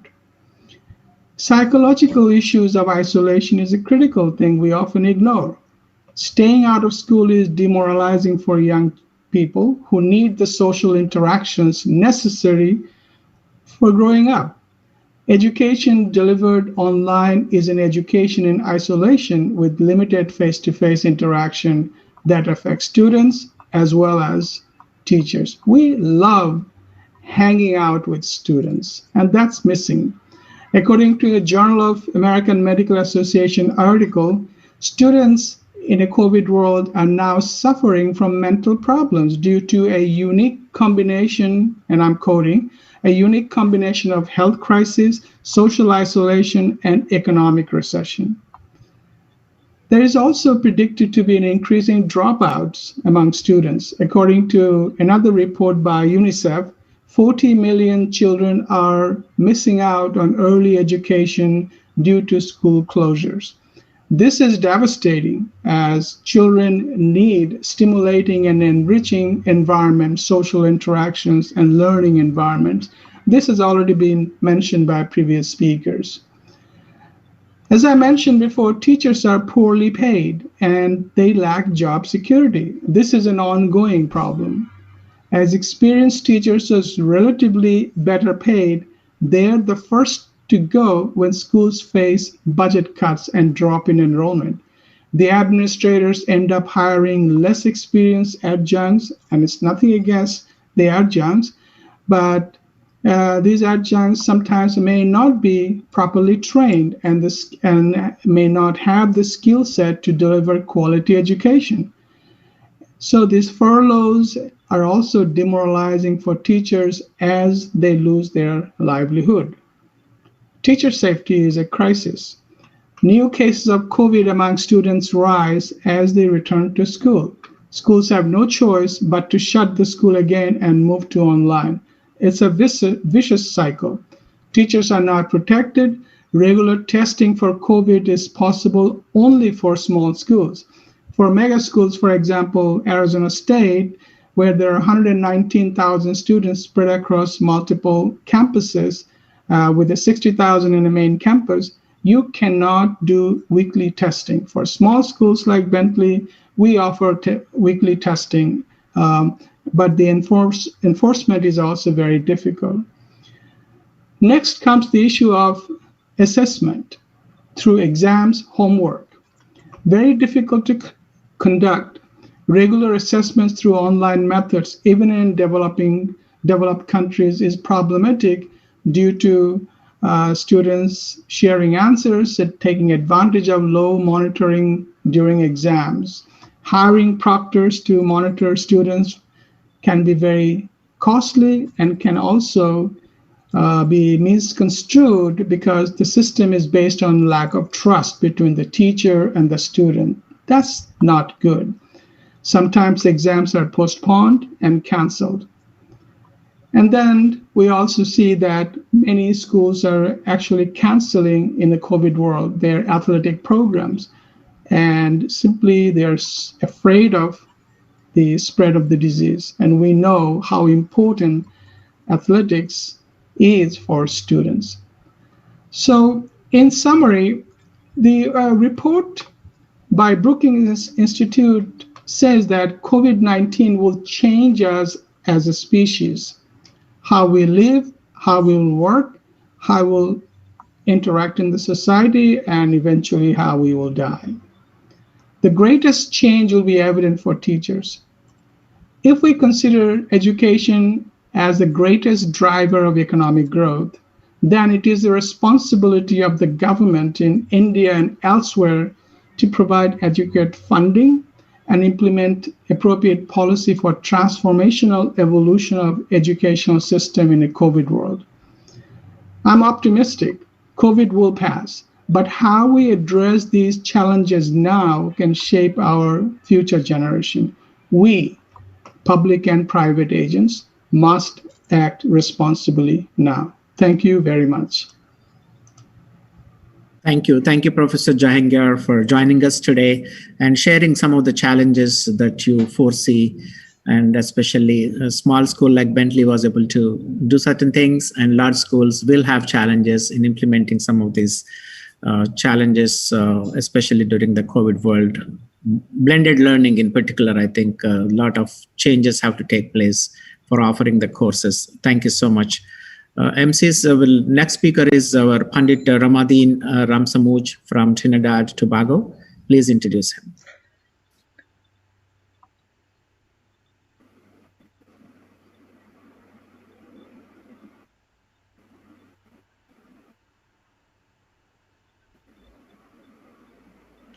Dr. Pandit Ramadeen Ramsamouj. Dr. Pandit Ramadeen Ramsamouj is a visionary and original thinker who has dedicated his life to developing creative learning methods and building institutions that provide holistic education that combines academic excellence and moral awareness in its students. This has culminated a teaching methodology called Super Accelerated Learning Theory, SALT, that has given a quantum leap in the quality and quantity of learning in students from diverse backgrounds. His goal is to put his experience and the SALT theory to use on a national and international scale. He is at present setting up the first SALT University in Florida called Sri Acharya Ramsamouj Arya University. He is a professor at the Center of Indic Studies with an MOU with University of Massachusetts Dartmouth, as well as a contributing author of many books such as Higher Education in the Global Era and Science and Technology in Ancient Indian Texts. He is also a musician, writer, educator, and dedicated social worker determined to change the world. Now let us welcome Dr. Pandit Ramadeen Ramsamouj to deliver his address.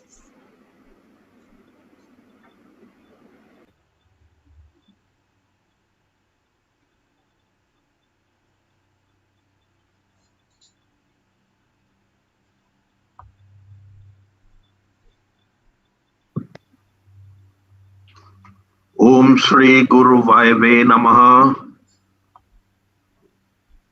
Happy Teachers Day. Even Teachers Day is every day. I have known Harry through a conference that we had in Washington. And since then, we both have been admirers of each other. I have been a teacher for over 40 years, And everything that you all have been saying, I have observed all those challenges for the last 40 years, and I have made and have come up with a solution in the form of a theory called the super accelerated learning theory. Many of our schools, both public and private, are not bringing out the best in our children spiritually, intellectually, physically, mentally, and emotionally. I use the mnemonic SIPME, SIPME. All those areas in our lives must be addressed for us to be healthy and to be truly educated. We strongly believe that every child is potentially gifted and children have unique gifts. Given the appropriate learning environment and opportunities, every child can develop that unlimited potential and realize those unique gifts. Every child is special and is unique. And so I have developed a school in the United States in which the purpose or the mission is to create a learning environment in which our children blossom into full human beings, demonstrating their boundless creativity and high academic standards through the development of their multiple intelligences and the process of the super accelerated learning theory, SALT, that is rooted in the knowledge and experience of both Eastern and Western cultures. This theory that I have developed, and I want you to know that once I was a consultant with the Boston Public School, and I was one of 5 teachers who testified before the Senate in Massachusetts to demonstrate that they need to have an alternative school system in the US. And in 1993, in the summer of that year, 1993, the first charter school legislation was passed in the United States. Many people, I wanted to start a charter school, but many people says, why is it such a theory that you have, you cannot start a private school? And I did. Now, there are so many deficiencies in our education system. So many. So what I did in this American Vivekananda Academy, it is the synthesis, the SALT theory and model of school is the synthesis of the 3 great world models.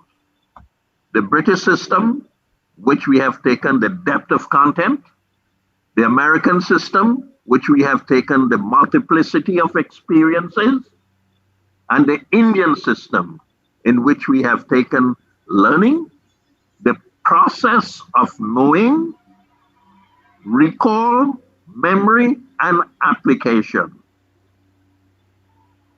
And in this way, we have a curriculum that is broad and wide and in depth. So, what is this theory? What is this SALT theory that I have developed? The super accelerated learning theory, SALT, states that the acquisition and processing of information of various disciplines holistically are through all organs of actions and perception on the information superhighway with the use of the whole brain and a disciplined mind in a semi or altered state of consciousness. It is based on the psychological development and physiological function of the biological brain through various neurological pathways in respect to learning, application, storage, and retrieving of information, and in and from the long-term static memory instantaneously. So in this school of mine, there's no homework, there's no revision. You have to learn at the moment, in the class. And the classroom is not only brick and mortar, it is in the environment. Assessment, you have no exams. And if you do, it is minuscule. But you have at the end of the course develop a portfolio of your knowledge of that course. And we have subjects like family life and value systems, like yoga, Ayurveda, and Sanskrit is compulsory. Not because it has got the scriptural annotation, but because it is the only whole brain language known to man. And now it is going to become a computer language, which Modi has said in his speech about the new education. So this learning theory is based on your brain function, how the brain processes information. We have a whole body of information. As one speaker said, we have got Professor Google. Anything you want to know, you can get it. And learning has to be transformed in a new way, in a new path, in which you no longer have to know the information, but how to apply it. Application of that information is more important than knowing that information. And so, students of my school are not to become naukars or employees. They have to use their creativity to become employers, entrepreneurs. And so the world has changed. And the changing economic world is going to become one in which anyone who has an ambition to create something new can use that to earn a living. And with the forces of the internet, biotechnology, and all the new subjects that are an enterprise that they're developing, our students have to know how to become entrepreneurs. So, another thing, my school, some people say, well, you know, you have a high school and then to go to university and then to go to, you know, my school is based on levels of competencies, starting from 2.5 years old to PhD levels, and each level takes 2 years to complete. So in this way, you can finish your high school diploma at age 13, you can finish your bachelor's degree at age 15, you can finish your master's degree at age 17, and your PhD at age 21. It is a very unique model, which I do have problems to institute it in the United States, because education is a big business. And the economic cost for my school is less than 1/3 what the public school will charge. So this is what I want to share with you all, that the multiple intelligences of Howard Gardner, he have said that there are 7 intelligences. I have said, no, there should be 9, of which spiritual affinity is one of those. And also self-restraint is another, which is not catered for in his multiple intelligence. And so we are the knowers. East Indians are the knowers. Our educational model came from the Gurukul, and there were no exams in those schools.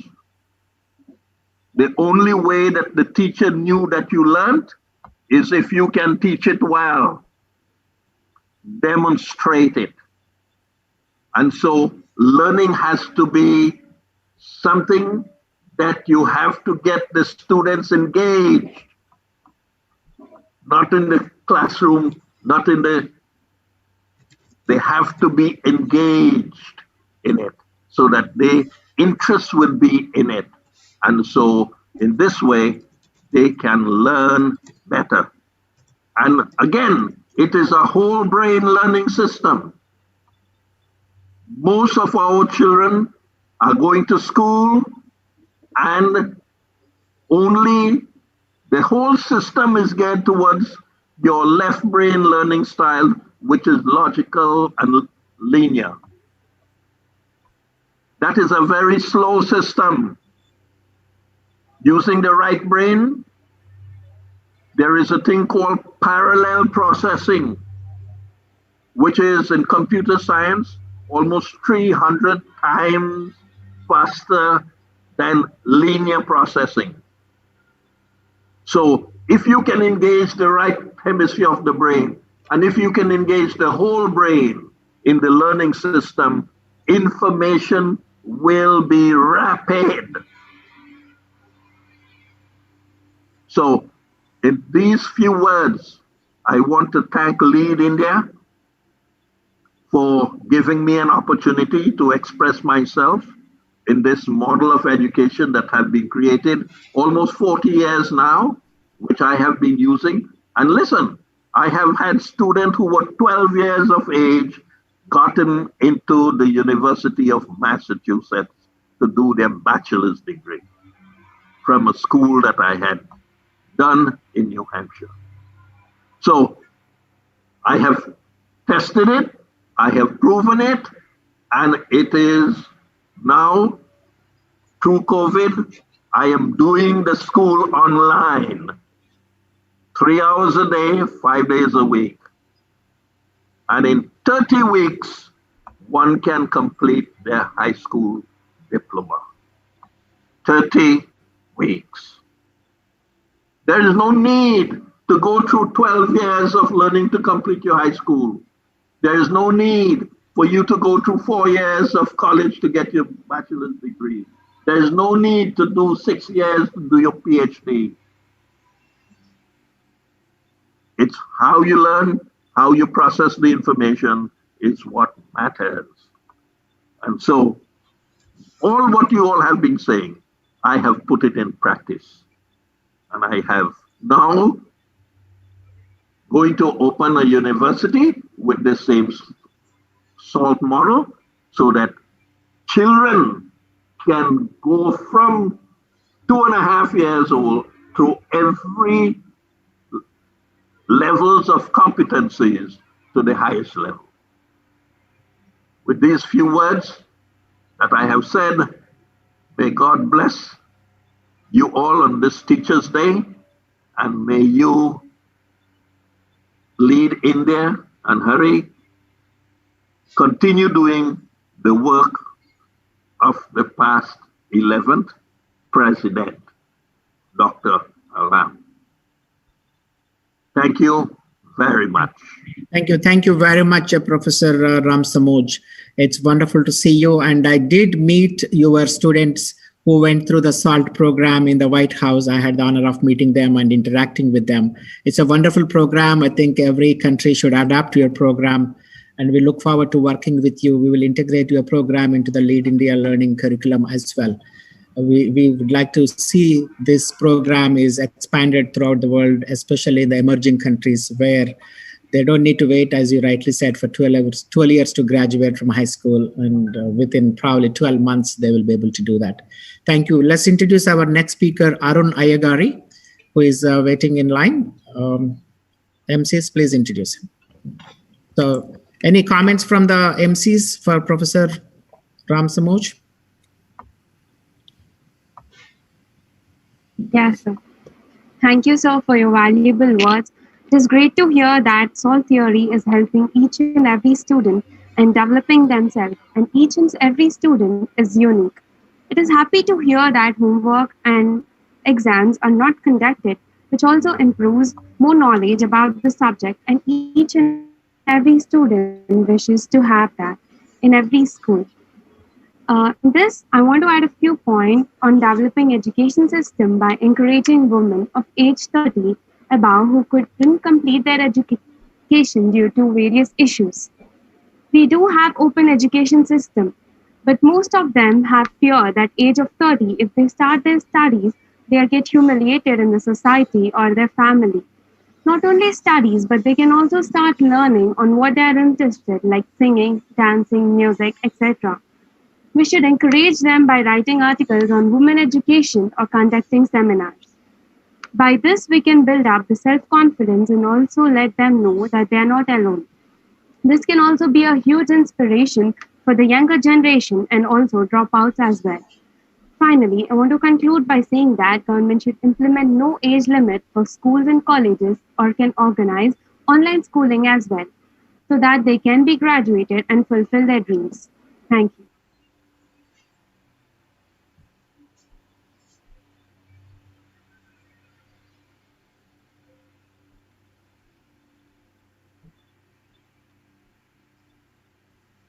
MCs, please introduce the next speaker.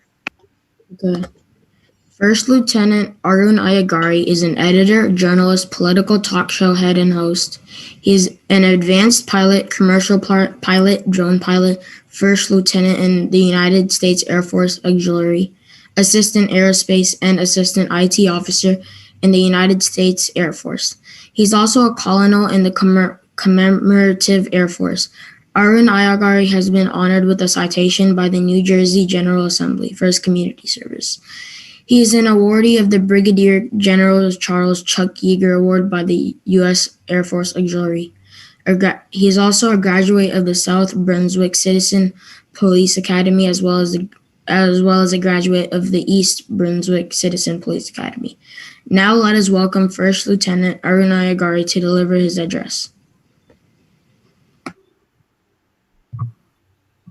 Hello, can you guys hear me?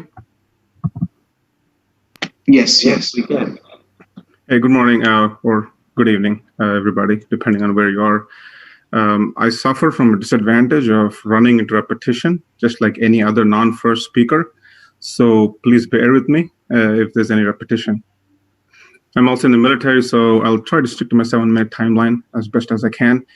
First of all, I would like to thank the chairman of Lead India and the Lead India Foundation itself for giving me an opportunity to share my views in this esteemed platform of accomplished individuals. So I've been listening to everybody, and it's such an honor to be part of the panel. I'm a teacher, I'm an officer and a parent, so I train pilots and flying airplanes and cadets on aerospace and rocket science. But today, I'll speak in the capacity not as a teacher, but mostly as a parent.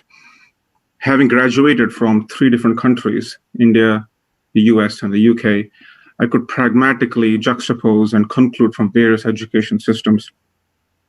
Many of the speakers before me spoke already on the global impact of education, so I'll try to focus myself on the provincial aspects of the education, especially India. If I were to compare the Indian education system to others, let me tell you, Indian education standards are pretty high. I'm a graduate of the Indian education system, and I know that the education standards themselves are pretty high. It's the lack of commitment from the community and the political will, a lack of political will. I think that's causing the issues with whatever the issues are currently in our education system. Recently introduced national education policy, I would say, is a step in the right direction. Change, I think, is the only thing which is constant, as paradoxical as it sounds.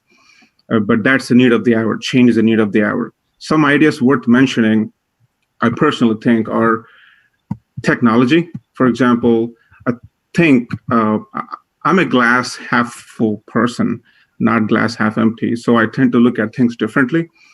Thanks to COVID, as crazy as it sounds, I really thank COVID for giving us an opportunity, because never before have I seen such prolific use of technology in education, albeit forced. We are forced to use technology now, but I'm glad that something is causing, be that pandemic or the situation surrounding us, it's causing us to force ourselves into using technology, which should have been used a lot more in the past than it's being used currently.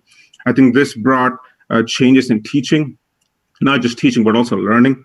So I think we moved away, not completely, like one of the speakers mentioned before, we cannot completely move away from conventional learning means, but we introduced much needed, I should say, digital and blended learning and in what could be called as a new norm. Technology, however, technology alone cannot help. A lot of speakers spoke about technology already. We beat that one to death. So I'll focus on the limitations. It's not necessary. It's not technology itself is not enough. There are other factors which will also contribute to the necessity to take the technological advancement in education forward. For example, children should have better access to internet. The online learning is a blessing only if you have the right material, right infrastructure to access or reap the benefits from the online mode of education, or even blended. By blended, I mean both conventional or in-person and digital learning, which is what a lot of school systems in America are implementing, either blended or fully online or partially in person. So having better access to internet, I think, is primary. Also, strong parental support. I cannot emphasize on how important it's become. It's become more important for the parents. Actually, it's as stressful as for parents as it is for the children with the advent of the new online mode of learning. Because it's the teachers who are paying attention, the teachers who are adapting themselves to the new ways of learning. It's also the parents, because they would have had to spend, they are in fact, continuous tense, they are in fact spending more time with the students than they ever had before. That could be fear of missing timelines of homework, or fear of losing out on grades, or whatever that is. The end, the means might be different, but the end is always great, which is to participate more in students' curriculum and homework than they were before. That is a strong parental support, I would guess. The other factor is greater availability of learning materials. Again, I cannot emphasize on this. It's not to say that we were not focusing on the material aspect, the learning material aspect before, but after the current situation, the COVID situation, it's all parts of the education system, all members of the education system. That includes teachers, that includes parents, that includes students, and that includes the schools and the education department, Board of Education, the Minister of Education, for that matter, going from bottom to top. Everybody is forced to provide better learning materials. That could be in the form of, we are mostly used to, in India, we're mostly used to a traditional concept of a traditional library, although that's not as prevalent as it's supposed to be. But now, with the digital learning, I think we move to online library. And if we have not already, I would strongly urge, I know a lot of people in the ministry, Indian ministry, and I would strongly urge them, if they're watching this webinar, to introduce the concept of not just online learning itself, but online availability of learning, which is online library system. So technology is one aspect. quality of instruction, I think, is something which is extremely crucial, especially for Indian education system. Again, like I said before, I cannot reemphasize the fact more that the quality of education or the education standards, are pretty high, but the quality of education itself, quality of instruction itself, is not on par with the Western education system, especially the American education system.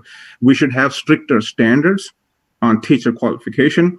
For example, training, the trainee is one thing, but at the same time, we should also focus on training the trainers, which I think is extremely crucial. And it's another option to explore. Again, like I said, I'm an instructor. I'm a teacher. I'm a flight instructor. I teach pilots how to fly the airplane. And we have to go through a comprehensive exam, not just learning about the aerodynamics. Well, yeah, that's needed.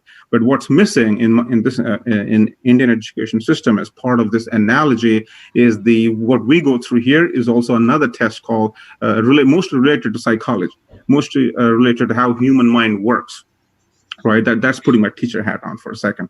So that aspect should also be introduced and trained upon on all the teachers, and that should be part of their entrance examination of the qualifying rounds. I cannot tell you how many times I see a poor quality of instruction, and it's not completely the teacher's fault. It's the system itself, and it needs to introduce draconian standards, or lack of a better word, military standards in terms of assessing the quality or the qualifications which the teachers have to take to get to a teacher level. Also, the content of coursework. I cannot emphasize on the content of the coursework anymore. The content of the coursework is too archaic. Again, this is strictly Indian standards I'm talking about.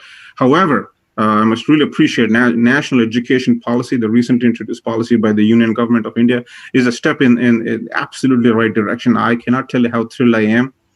Although I'm a pilot, I love education. I consider myself a student. I'm not a teacher. I'm not a parent. I'm not an instructor. I'm not a speaker. I am a student, because everybody has to be a student throughout their life.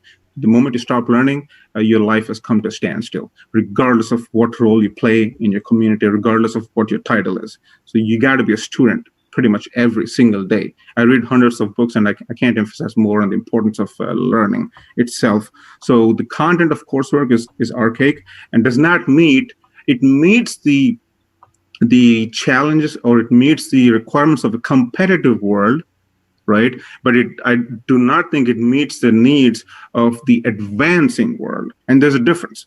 Being competitive is different. I like being competitive, and I like being a part of the competitive school system. However, also meeting the needs of the advancing world, we should try to learn what other countries in the world are doing and how their educational system is shaping up, and it's getting it's pretty much on it's keeping abreast with the latest technologies.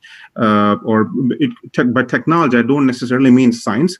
It could be science, it could be arts, it could be pretty much anything which a student needs to advance in their careers. And there's a wrong notion in India that science and engineering and technology, in other words, STEM, is the only means to succeed in life. That cannot be farther from truth. There are several other technologies. There's philosophy, the psychology, there's political science, which is my favorite subject also. And there are several other avenues which students can explore. And like one of the speakers said before, they should have the freedom to explore what they like. We should not rub it on our children, but they should be in a position to develop naturally, organically, their own interests. And this is something lacking, and this is not encouraged in the Indian, it's part of the Indian education system. And infrastructure needs, again, the moment I say needs, people think about classrooms, people think about buildings, people think about books, pen, pencils. That's not what I'm talking about. I'm talking about the other needs. Again, I'm borrowing a leaf from my own flight instructor handbook at the Federal Aviation Administration. It's the social needs. right? A few communities in India, given the hierarchical system, given the culture of the Indian culture, I think a few communities are more impacted than the others. So basic amenities like transportation, like I said, library, access to library, both traditional and online, etc. They should not be considered amenities. They're not nice to haves. I strongly oppose that. I think it should be a need that should be as important. Transportation, library, they should be as important as the books themselves. They should be as important as the homework themselves. They should be as important as the teachers who are at the core of the education system. They should be as important as the teachers themselves. Again, emotional needs, talking about needs. Example, in American schools, there's a student counselor.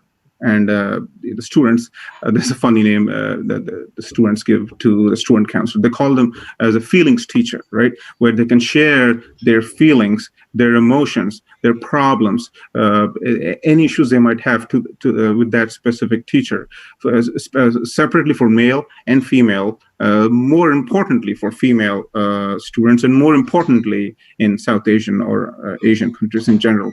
Because emotional welfare of students, teachers, and staff, all students, teachers, and staff in general, they play a vital role. And it hurts me when we do not give as much importance. I read a lot of psychology and philosophy myself, but even otherwise, it hurts me when we do not give enough importance to the education when we're supposed to. Also, I personally understand what goes on people's mind, because like I said, flying is a totally different skill set. It's very different from riding a bike or riding a car. Driving a car is very different. It also pays importance. It gives importance to the emotional and psychological aspects of the content or the course. Leadership. I feel so bad anytime. I'm very happy to see kids learn leadership skills. By kids, I mean anybody, age of 16. The age of 15, 14, 16, and 17, the students are learning leadership skills. I feel bad that I never had that opportunity growing up to hone on my leadership skills. And this is exactly where I'm really, really, really proud of being associated with Lead India, because this is exactly where organizations like Lead India fill the gap. They ensure strong leadership, especially pandemics, right? We are going through a pandemic right now. Pandemic can lead to confusion and inefficiency and frustration. This is exactly where organizations like Lead India are at the forefront, and we are training and we are creating leaders. And we are talking about students. I'm not even talking about 40, 50, 60-year-old experienced, mature adults. I'm talking about students who are like 14, 15, 16-year-old. Personality development is another thing I think should be part of the course, and that is akin to the leadership skills I spoke about. And again, global. Putting all this aside, if you think about United Nations also has as we know, 17 Sustainable Development Goals. We call it SDG goals, which it's set for another 10 years. And this goal number 4, each goal is a number. And I always mention this in all my speeches, anywhere I speak. Goal number 4 is quality of education. It's more of a responsibility from a community. It's more of my responsibility. It's more of your responsibility than United Nations, that we may ensure the quality of education is at the forefront, and we pay attention to that. Again, like I said, regardless of my role in life, I always consider myself to be a student, because the moment you stop learning, your life comes to a standstill. I hope I stuck to my 7-minute time limitation. Thank you very much again for all the opportunities provided. It's an honor to be part of the panel. Thank you very much. God bless America. So much, Aaron, for joining us. I think you mentioned about the Sustainable Development Goals of the UN, and the Lead India is picking up 4 of those goals, providing affordable quality healthcare, affordable quality education, and protecting the planet for future generations, and peace and harmony on the planet. I think we have made ourselves known for those things, and we're promoting diligently. Thank you so much. Speakers, MCs, please make your remarks before we move on to the next speaker. Thank you for talking about how we can make the school system better by improving, like, what should I say? Sorry. The needs, social needs, emotional needs. By improving for the students from looking out from other countries and looking in how we can improve the school system. Also, how you said technology is a big part in the school system, and during this pandemic, we need it especially. But another way that we can improve the school system is by making school supplies more affordable. So then, because India is a third, what's that? Third world country. Yeah, not many families are fortunate enough to provide for their family. So if you made that more affordable, then their kids can go to school with their notebooks, having fun with their friends, and also their parents can put food on the table and provide their children with clothes. Affordable and accessible. Yes. Thank you. Thank you, Pranav. Just Pranav is a 7th grader, and we are trying to nurture him and give him the leadership role to conduct such meetings. Thank you, Pranav, for joining us today. So MCs, please introduce the next speaker. Aradhita Varadarjan is in Bangalore.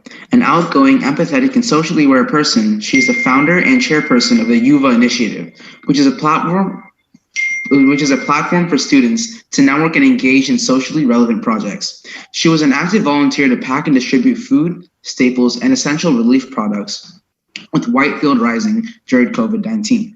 She's an academically accomplished and has been a campus ambassador in the academic year 2019 through 2020 and class monitor in the years of 2014 through 2020. She has received several awards at the Model United Nations debate contests and music competitions. She is a gold medalist at the Olympiads in English, maths, swimming, and also very good at other extracurricular activities. She is a keen classical music student, baking and scuba diving enthusiast. She speaks Hindi, English, Tamil, Kannada, and French. Now let's welcome Ardhita Varadarjan to deliver her address. Dear organizers, distinguished panelists, and audience, it is a pleasure and an honor for me to be given the opportunity to speak among such a galaxy of speakers at a global level. I'm extremely thankful to the organizers for according me this unique opportunity. On this panel, I represent the student community and would like to take a few minutes to present to you the evolution of academics, the position of students in this emerging scenario, and the impact of COVID on our lives. I'm very sure that many of you remember the years in India where for students, the education and career choices were pretty uncomplicated. We had the central board and the state board. The core streams were science, arts, and commerce, and it was a pretty straightforward education and career path, determined largely by how one performed in the board exams. Cut to 2020, today we have many boards, including international ones, such as the IB and IGCSE. Subject combinations, grading, projects, extracurriculars, mode of delivery, everything has become so much more complex and interesting. Increasing number of students are eyeing admissions abroad right after their school, and many more after their graduation. With the new education policy now coming in, the variety of courses, the combinations that students can take, career options, examinations, review mechanisms, everything has undergone a sea of change. Of course, we welcome the immense opportunities that these changes afford us, the flexibility and the increased exposure to learning and knowledge based on real-life situations.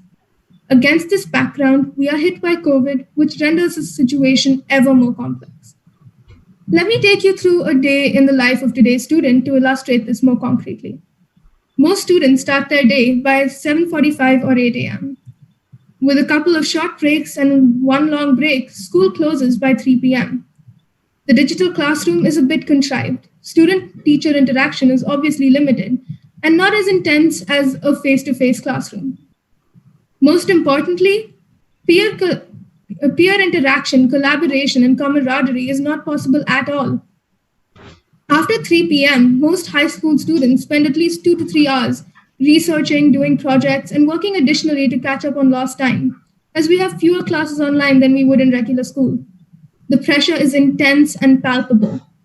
We miss being with our classmates, the lunch breaks, the lighthearted banter between classes, the joking around that happens in class, all of which makes school fun and what it is. On the positive side, no doubt technology has enabled us to make the best of the situation so that we don't miss out on education completely and waste an entire academic year. This is indeed a huge blessing. The faculty and management of schools have taken many proactive steps to ensure that students are not shortchanged, the course is being completed on time, and to the extent possible, the flavor and intensity of student-faculty interaction is maintained as in regular school. Parents have been co-opted as key stakeholders in this process, and the information on strategy of teaching, class formats, course content, etc. is being shared in a very transparent and cohesive manner. So I can surely conclude that given this extraordinary situation, every stakeholder in this ecosystem has made their best possible efforts to ensure normalcy and least interruption. But what more can we do so that when the situation returns to normalcy, we hit the ground running?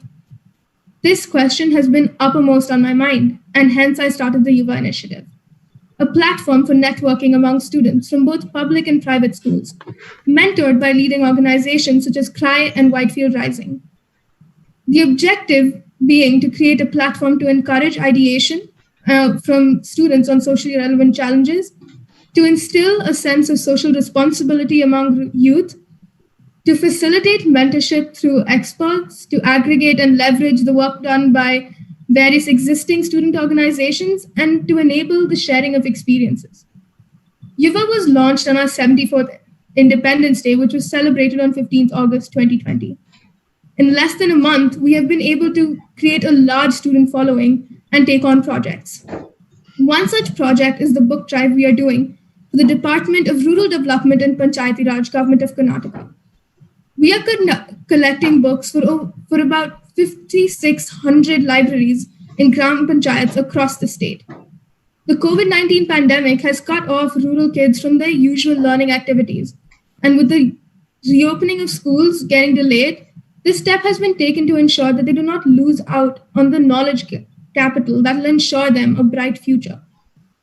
This is just one of the projects we are working on, and Yuva is very keen to initiate many such socially relevant projects that harness youth energy across the social spectrum and increase equitable access for youth to all opportunities, COVID or no COVID. I would like to conclude with a quote by the famous author Alan Watts. "The only way to make sense out of change is to plunge into it, move with it, and join the dance." Thank you. Thank you, Aradhita. Very impressive the way you are taking your organization forward, and you have accomplished so many things, and hope to see many of under your guidance and leadership nurture into young leaders like you. Thank you so much. MCs, please make your remarks. Yeah, I mean, that was such an inspiring speech, at such a young age and, so accomplished. It's, and definitely what you said about the, online school, it's definitely not only a culture shock for the students, but also the teachers, and just finding a way to get people engaged is, just something in it altogether. And, there's so many other ways that we can also kind of help with this. A lot of different problem I see is that when students enter the workforce, they're usually very inexperienced. So what I think would be a very big help to those students was if we could kind of establish a internship program inside of the schools itself. This will give an opportunity for students who are not sure what career they want to see. They can get, number one, work experience, and also they can kind of rearrange themselves in where they want to see themselves in the future as a career. And I think this is going to be really helpful. But thank you so much, Advita, and that was a really good speech. Thank you. Thank you, Samir. Now we have our chief guest, the Minister Susil is not able to join because of the technical difficulties. He is recently sworn in as the Education Minister of Government of Sri Lanka. And he is middle of some ceremony that where his signal is not working. We made multiple attempts to reach him.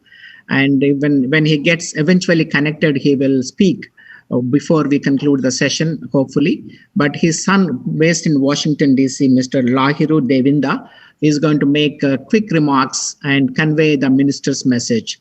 Lahiri, please come on and say a few words on behalf of the minister. Good evening for most of you, and good day for rest of us. First of all, thank you for being Excuse me, Susil, would you able to turn on your camera? No, sir. No, sir. So please carry on. Not at this moment. So again, hello. So first of all, thank you for being invited to lead India webinar today.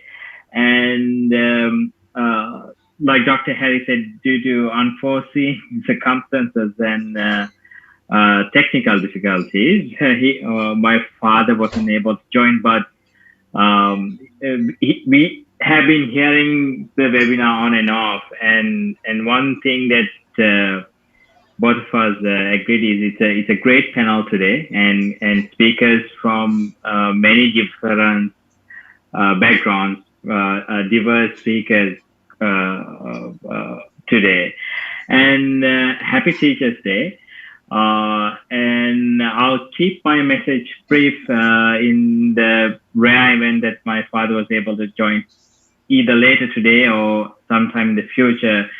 That would be great. And like to add to some of the other distinguished speakers have been saying today, discussing today, one of the key areas that we are battling today is the teaching, the student, teacher, parent interaction have changed. And we have been very much used to that traditional classroom and having access to education. Now we are learning different ways to learn. And also having a good education system is a key to any future, our future. So,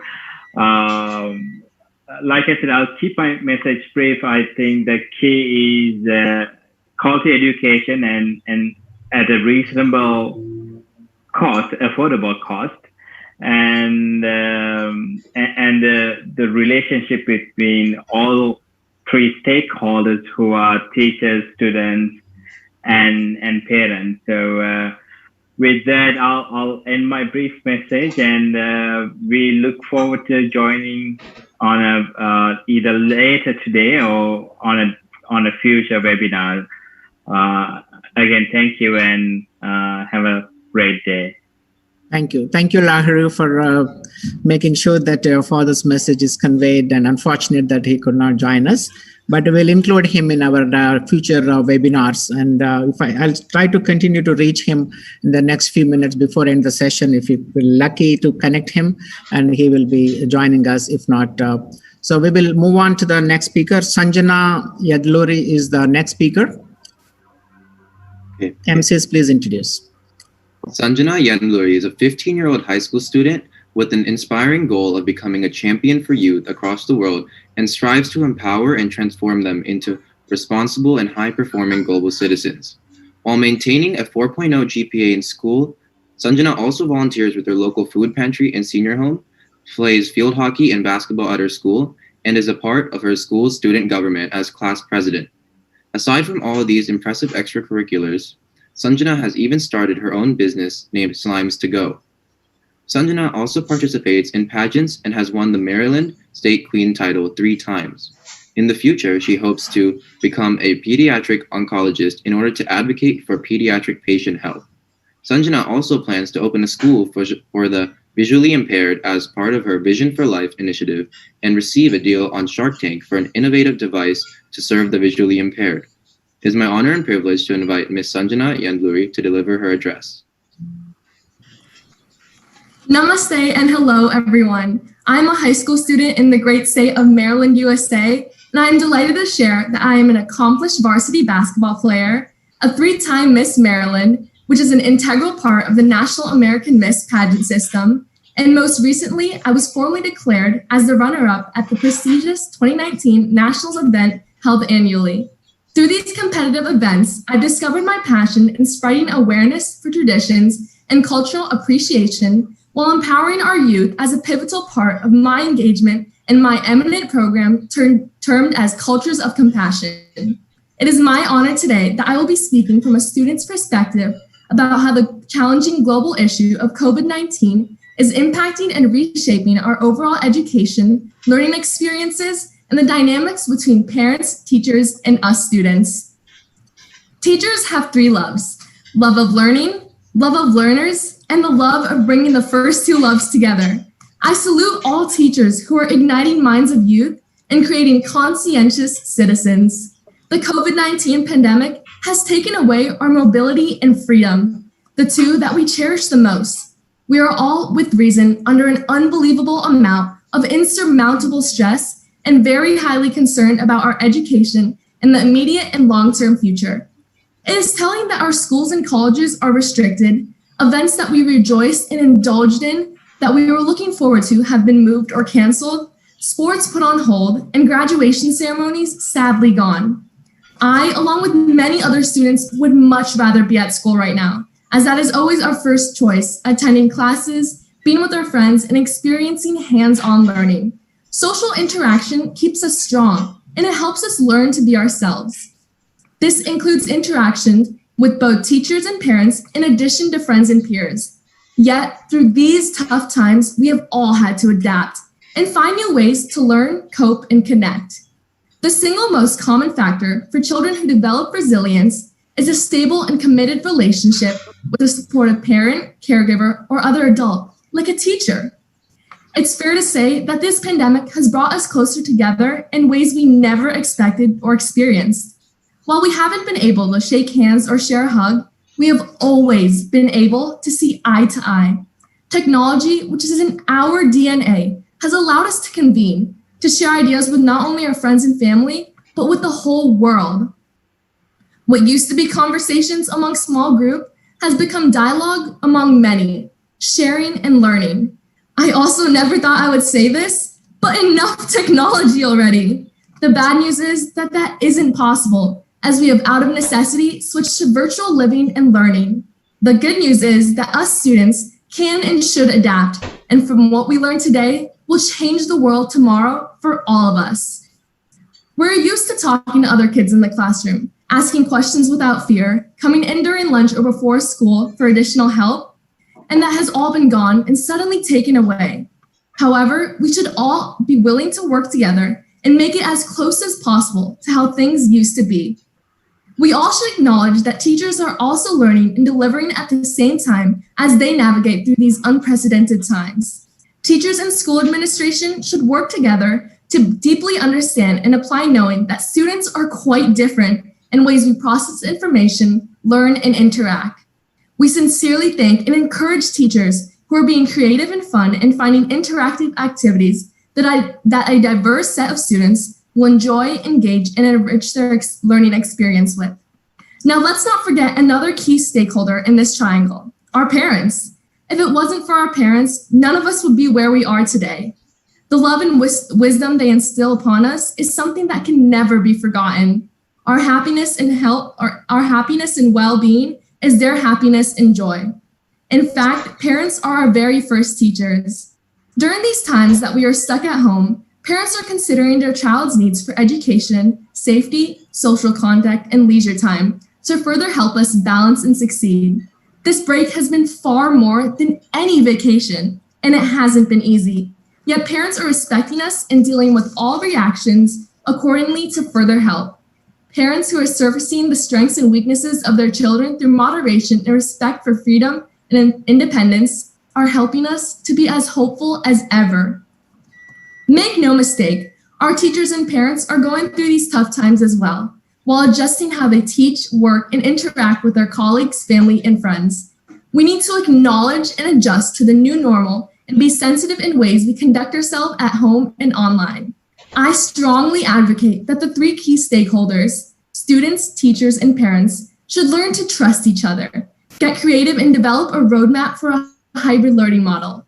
a model that will continue to enrich online curriculum, but also mixes up some safe and social distance interactive, in-person activities, or scheduled meeting times. A flexible but creative model that works for students of various learning styles. I close by graciously thanking the Lead India Foundation, and specifically Chairman Dr. Hari Eppanapalli and team, for the life-changing opportunities they create for youth across the world to interact and express themselves on various important subjects. I am honored and blessed to have this forum to say Happy Teachers' Day to all the teachers in India and across the globe. Now that includes my grandmother, Aruna Yanluri, a 25-year veteran teacher. I would also be remiss not to mention Sri Sarvapalli Radhakrishnan, a former Indian president and a great philosopher, whose birthday we celebrate as Teachers' Day across India. Remember, there is only one you. You are unique, and youth only comes once in your lifetime. Embrace it and live it up. This is so special. I wish the very best to one and all. Salute to our beloved teachers, and I wish you all a safe transition to normalcy. Thank you. Thank you. Thank you very much, Sanjana. Wonderful message, and very proud of your accomplishments. We're such a young age. And that to a record, possibly having 3 times winning the Miss Maryland title. Congratulations. Thank you so much. Remarks, please. Thank you, Sanjana, for your insightful speech on how we need to approach these hard times. I think your speech inspires students all over the world to look at this pandemic in a new light. I agree with you that COVID-19 has accentuated the gaps in the education system and that it's more clear to us what needs to be fixed. The current education system is traditionally set up to produce robotic mindsets that only contain textbook material. Instead, we need to understand each student's individual needs and engage them with information and experiences beyond today's curriculum. Thank you again, Sanjana, for sharing your ideas. We can now move on to our next speaker. MCs, please go ahead.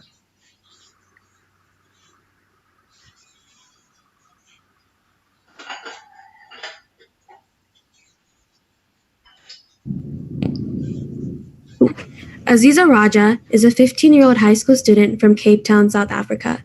She is a part of many extracurricular activities, including acting, boxing, kickboxing, and athletics and hockey. She has an interest in all of these activities, but her passion has always been for acting. From acting school to being cast in school plays and completing a few Lambda acting exams, Aziza is on her way to being the next future star of the big screen.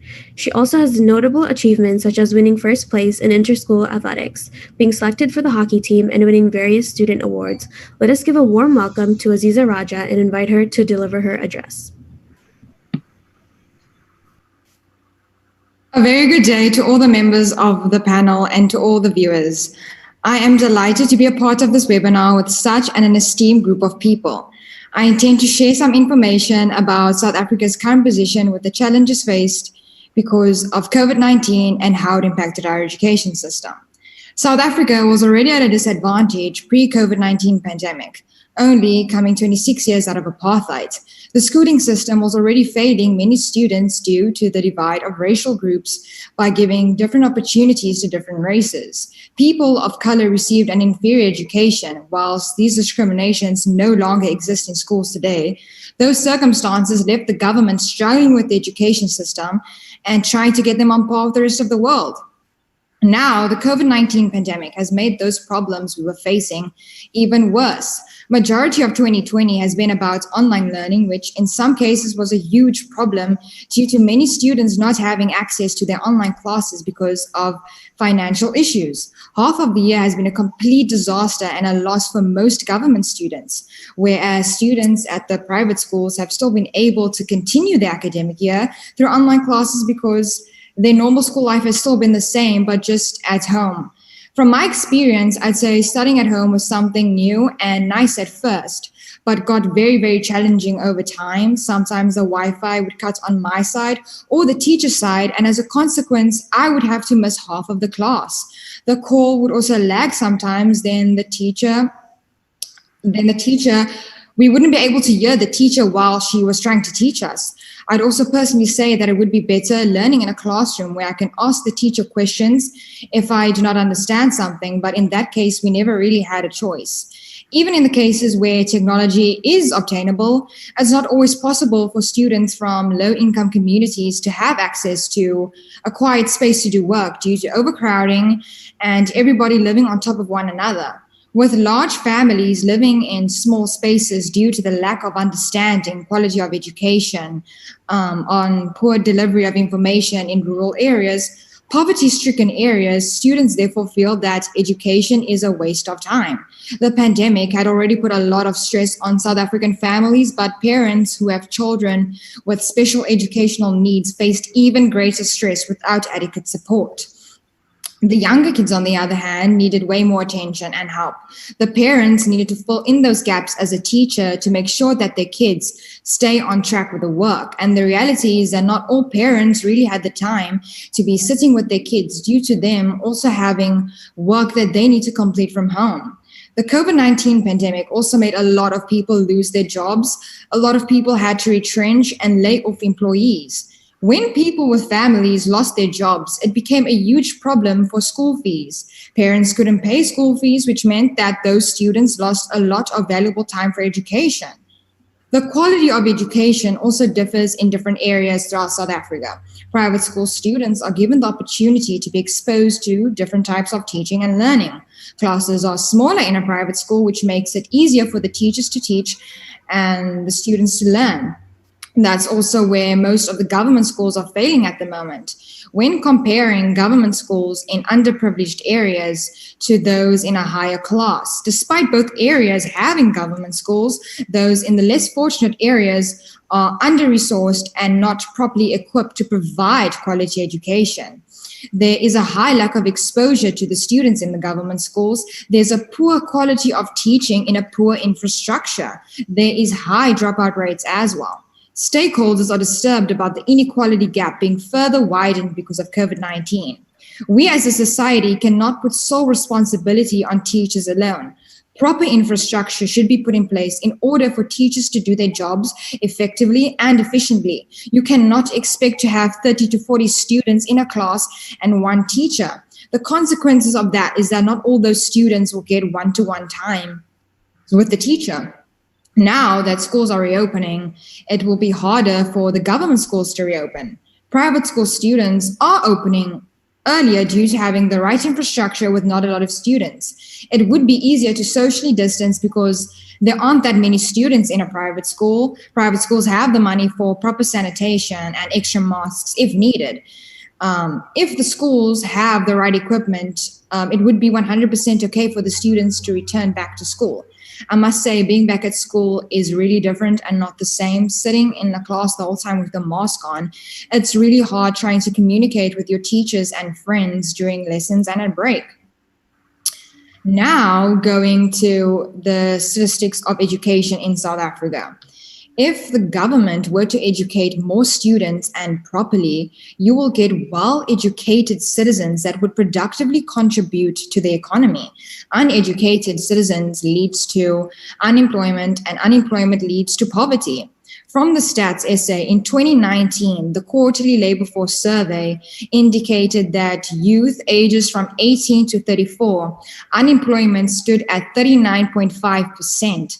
Amongst those that aren't in education, employment or training is 46.8%. Only 28.8% have tertiary qualifications. From the South African Market Insights, almost 50% of 19-year-olds, 60% of 20-year-olds, and 70% of 21-year-olds aren't enrolled at any education. This means that these students stand a high chance of not entering the workforce and rather entering the poverty cycle. The recommendations that I would probably make is that the government should put free Wi-Fi spots throughout the country so that children in poverty will be able to work online. Government should build large centers where children can have access to a quiet and a productive working environment. They need to equip these centers with Wi-Fi and computer stations for students to do their research. The government should invest in online institutions that would be accessible to all students throughout the country. all of these problems will not be able to be solved overnight. It would probably take a few years for the country to fill in those gaps and get where we want to be with the education system here in South Africa. I'd really like to thank Dr. Harry Epanipoli for his sincere and genuine commitment in the transformation towards social upliftment in the world. It's truly inspiring for me to be a part of these initiatives. I would like to thank all the viewers and would like to wish everyone well over the COVID-19 pandemic. Please be safe, everyone, and my goodbyes. Thank you. Thank you so much, Aziza. Very bold recommendations that you made. Hope the South African government and rest of the world follows your recommendations to at least provide the internet hotspots so that everybody can have access to the online learning. Thank you so much. MCs, please.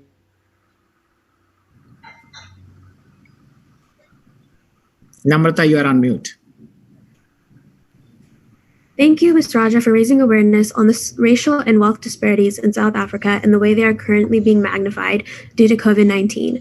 I hope that these disparities can soon be eradicated. I would like to add my own point, which is advocating for women's education in rural areas, which is important for bettering education in India. Essential tasks such as making book bags and school supplies more affordable, making the journey to school safer for girls, and most importantly, helping the parents understand that girls do deserve to go to school are vital to creating change. In order to help these issues, I believe that it would be beneficial to change the legal age to marry to 21 in order to ensure that girls in India are getting a quality education before they get married. Thank you. Thank you. So our next speaker is from Livingston, New Jersey, Ms. Vinitha Khanna. She is also running for the Livingston School Board. So let's welcome Vinitha Khanna. MCs, please. Vinitha Khanna is an educator and entrepreneur with a diverse professional background and a very active community leader with a mission to be the change you wish to see. She's a visionary with a sharp focus on her students' holistic development. She's the founder and coach at Orator Academy, where she works with students of all ages and backgrounds from around the world, helping them find their voice, their conviction, and communicate with confidence.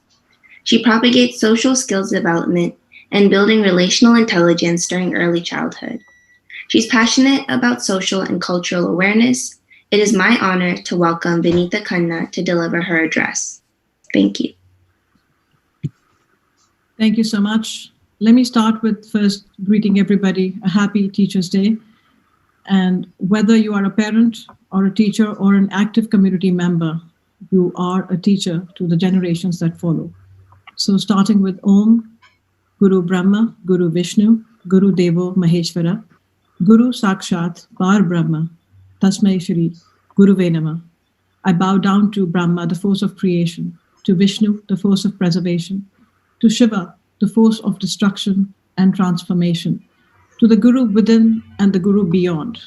I make my offering to the beautiful remover of darkness, my ignorance. To the honorable chief guest, hopefully he'll be able to join later.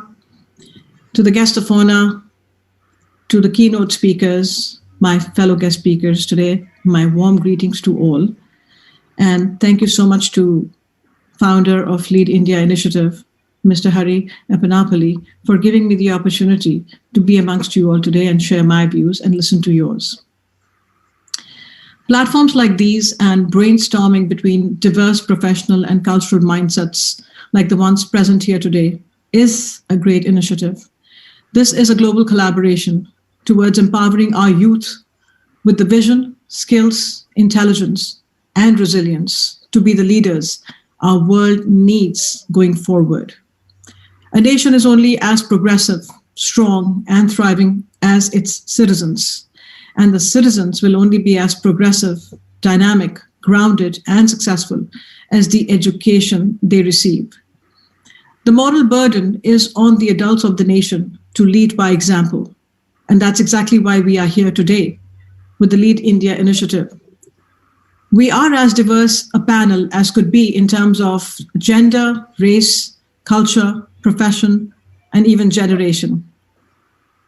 The dialogue that ensues will most certainly be instrumental in shaping the future generations. The ongoing conversation keeps us all in perspective. We share our vision, and we keep our focus. Former German Chancellor Willy Brandt said, "If I'm selling to you, I speak your language. If I'm buying, dann müssen Sie Deutsch sprechen." I know I'm not saying it right, but basically it means, if I'm selling to you, I speak your language. If I'm buying from you, you must speak mine. This statement brilliantly encapsulates the importance of effective communication and how it needs to be custom tailored to fit the needs of the audience. I founded Auditor Academy almost a decade ago. I have been working with students from elementary school level to professionals. My students come from different nationalities, including America, Canada, Britain, France, Sweden, and India. The issues are identical. My goal is also the same for all, to give them their voice. The common issues across the board are the lack of conviction, the lack of confidence, inability to communicate, unable to connect, and often feeling like a misfit. Sometimes even dealing with an imposter syndrome, pretending to be who you're not, just because. I become more of a psychoanalyst than a communications coach for them in the beginning, and eventually help them find their voice. Communication helps us connect and build strong personal and professional bonds. Our education system must focus on a holistic growth of our youth for their sustainable, successful future. The world is our oyster. We are more connected with each other in terms of travel, communication, cuisine, and arts than we ever have been before. We are more alike than different. It's time for us to not just acknowledge, but to appreciate our differences and work with our commonalities.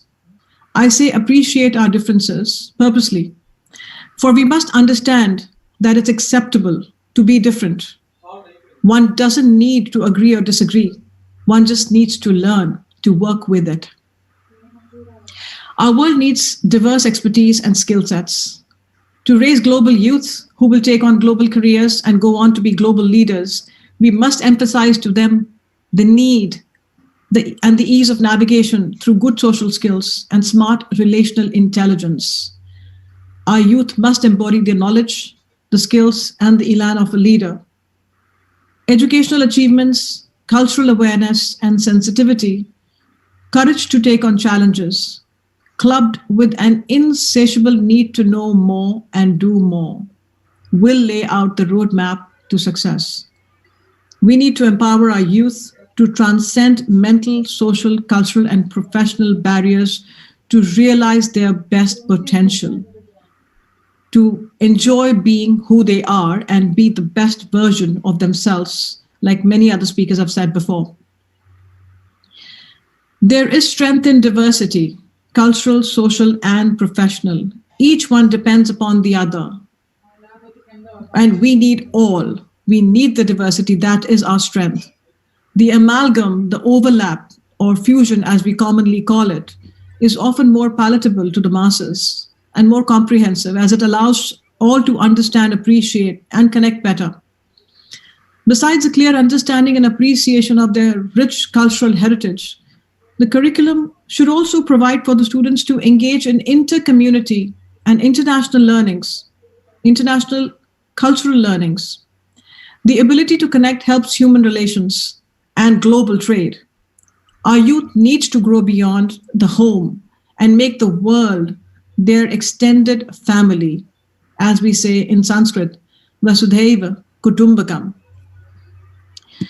We made phenomenal advancements in the field of science and technology. Artificial intelligence is revolutionizing how things are done. We use these to facilitate our lives and our tasks. We know that human brain will never be redundant, and we know that the brain alone does not define human beings, humankind, and humanity. The component of humanities cannot be ignored or skipped from our learning. We've been globally enhancing STEM programs, that's science, technology, engineering, and math. There have been suggestions to make it STEAM, that's science, technology, engineering, arts, and math. Those suggestions are all very valid and significant. On a lighter note, I saw this witty message somewhere which said, without art, Earth would be eh. It takes courage to tread uncharted territories. Our youth needs the sense of conviction to be boundless in their thinking, to think outside the box, to not be fearful of change, to see uncharted territories as opportunities and not obstacles. The world is your oyster. Education should be hands-on. Our students could greatly benefit from collaborative partnerships between educators, parents, and community at large. A partnership that combines the academic knowledge and the practical application of their learnings. Internships and apprenticeships could be part of the curriculum even as early as middle schools. No job is too small or insignificant. Each job is essential, and the metric for success cannot be just in terms of position and pay, but in terms of connections built and sustained. Such experiences also teach relational intelligence, appreciation for other professions, and how to build network. As they say, network is net worth. Our planet and our species have been continuously evolving. Evolution is growth, and growth is a positive change. Mahatma Gandhi said, "Be the change you wish to see in your world." We must empower our youth to be more proactive in serving the community. We have the responsibility towards ourselves, our family, our country, our world, and our planet. Thanks again to the Lead India Initiative for today's discussion and for giving me the opportunity to hear different perspectives and contribute my own. To our future leaders, I'd say, if you can envision it, you can achieve it. Unleash your imagination and dream big. Communicate with confidence and keep growing. Thank you. Thank you. Thank you so much, Vinita ji. And we would like to wish you all the best to get onto the Livingston Board of Education to implement your ideas and to revolutionize the way we educate our children. Thank you so much. MCs, please make your remarks. Thank you, Vinita Khanna, for these amazing ideas on the importance of communication and hands-on learning like internships. You also talked about normalizing differences amongst everyone. Not one person is born the same, and we have to accept that. The best way to succeed is by highlighting your strengths and not the person next to you. Another idea which I have is to take these young students on specific field trips based on their interests and their strengths. This way they can see what those professions are like and have a more clear vision about their future and what they want to do. We wish you all the best for your school board election on November 3rd. Excited to see you implement your ideas in the Livingston School District. Thank you. Thank you, Vaishnavi. Thank you. Thank you very much. Let's move on to the next speaker. Vamshi Eppanapalli is a rising senior at the University of Chicago who will be completing his double major BA degree in economics and public policy with a concentration in financial policy this December. After graduating, he plans on working in the investment banking industry. On campus, he is very involved in several business clubs and social organizations. Vamshi attended Livingston High School in New Jersey, where he was one of the top students in his class, both academically and in regard to his participation in various clubs and sports. Growing up, he was a nationally ranked archer, second-degree black belt, and served as the captain of his school's volleyball team.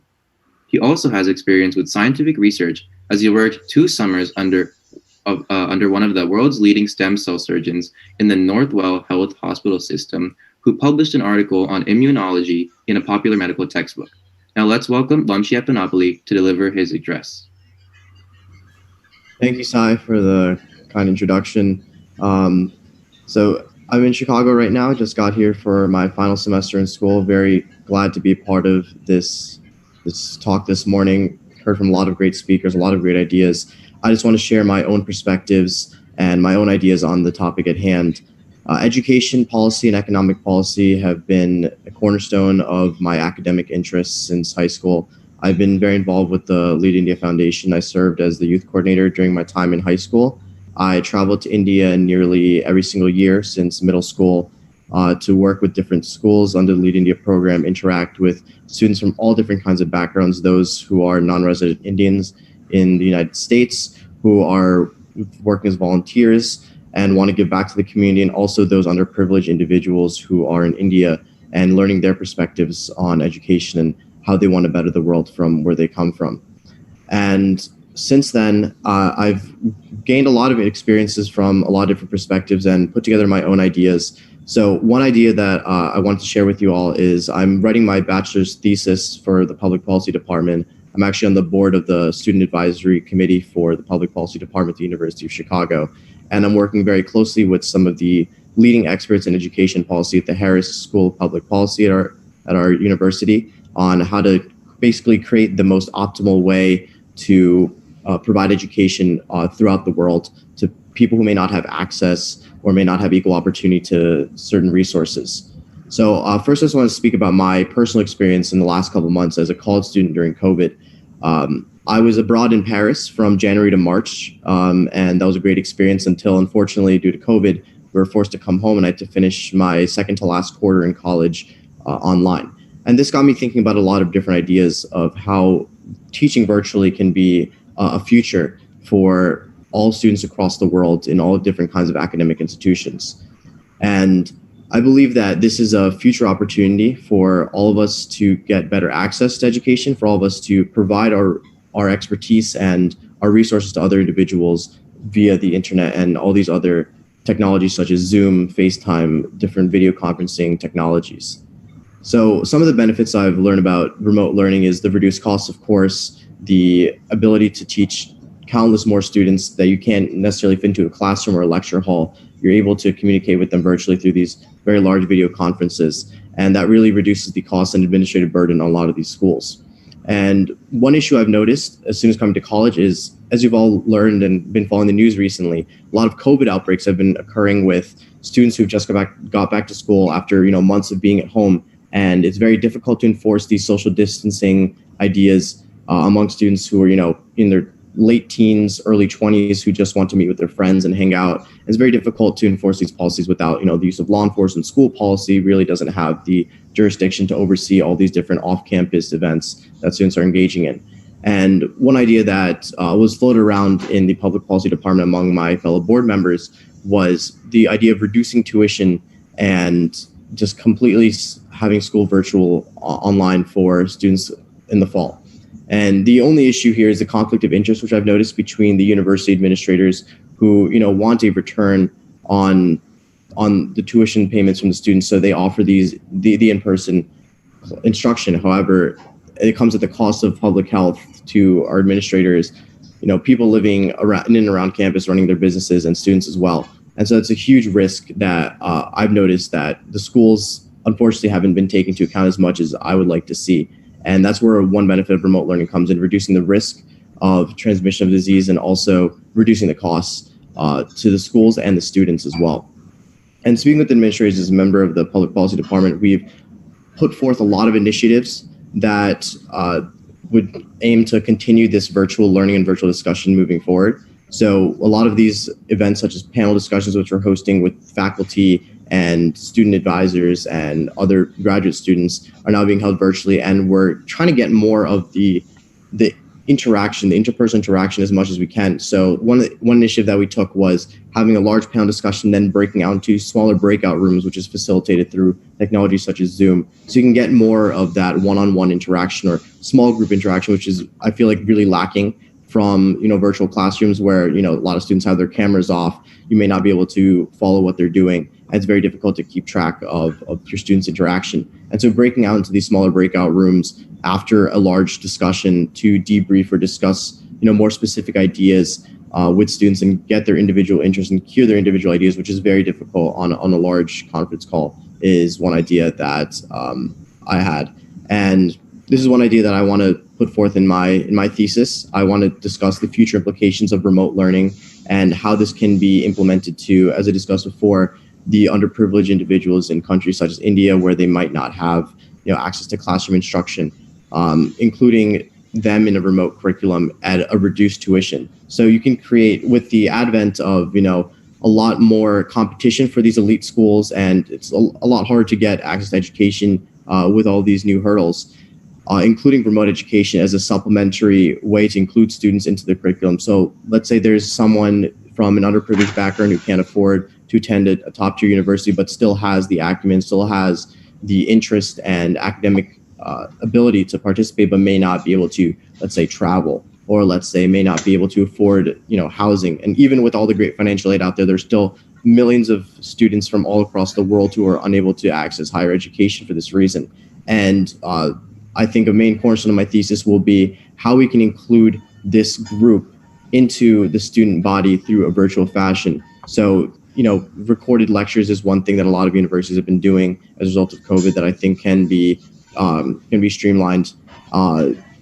Virtual classrooms as well, smaller breakout rooms, as offering these students reduced tuition and still the ability to participate in schools and receive a higher education degree, which sets them up for life, is a significant advantage for these students who may not have opportunities otherwise. And this is just in the ideation phase right now. I'm just putting together a brief intro on my thesis, but this is an idea that I want to share with you all, and I would love to hear your perspectives, and we'll definitely be reaching out to you as experts in the field to further my research and understand what your thoughts on this topic are. And so I really, again, thank you again for sharing all your ideas. I really enjoyed hearing all your different perspectives and your expert opinions on this topic. I'll definitely be reaching out to you and keep you posted on my thesis and how that research goes. So thank you again. Thank you, Vamshi, for your speech. I especially agree with your idea on remote learning, and I think that at least for the time of the pandemic, we should focus on how to make remote learning, how to maximize its potential, and how to make in-person education less accessible, because it results in more COVID outbreaks. So thank you for sharing your ideas on that. Thank you, Sai and Vamsi, for a wonderful presentation, and wish you all the best with your thesis and graduation. We look forward to using your thesis to implement some of the ideas that you want to share.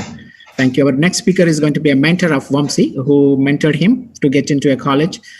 Pamela Donnelly, please introduce her as our valedictory keynote speaker. College admissions specialist Pamela Donnelly graduated summa cum laude at Columbia University in New York City with her degree in secondary education and holds teaching credentials in 3 states.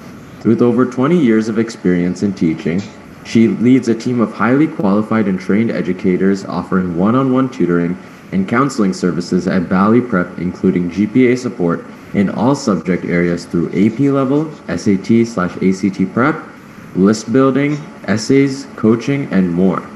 Her first book, SWAT Team Tactics for Getting Your Team into College, went #1 on the Amazon bestseller list in education. Following the release of her second book, 4 Keys to College Admission Success, she became a nationally recognized media expert for both tips for parents, teens, and political analyzers of the shifting landscape of what it takes to access America's colleges. Featured in and interviewed by Time Magazine, The New York Times, NBC, ABC, CTS, and more, Pamela is committed to championing underserved populations.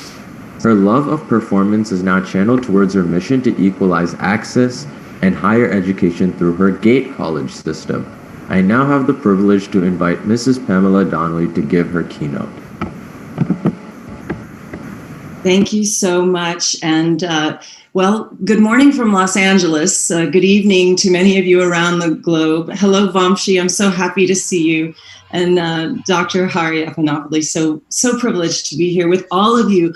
I have learned so much from the speakers this morning, and it's deeply humbling to be here with you today. In a moment, I'm going to say a word to you, and I invite you to consider what comes into your mind when I say this word. That word is classroom. What picture comes into your mind Now, if you were living in ancient Greece, here's what you would see. An old man in a flowing white toga, 2 or 3 students, always male, always privileged, at his feet, learning from the master. Maybe, Plato is giving them some advice on life. This was the agora.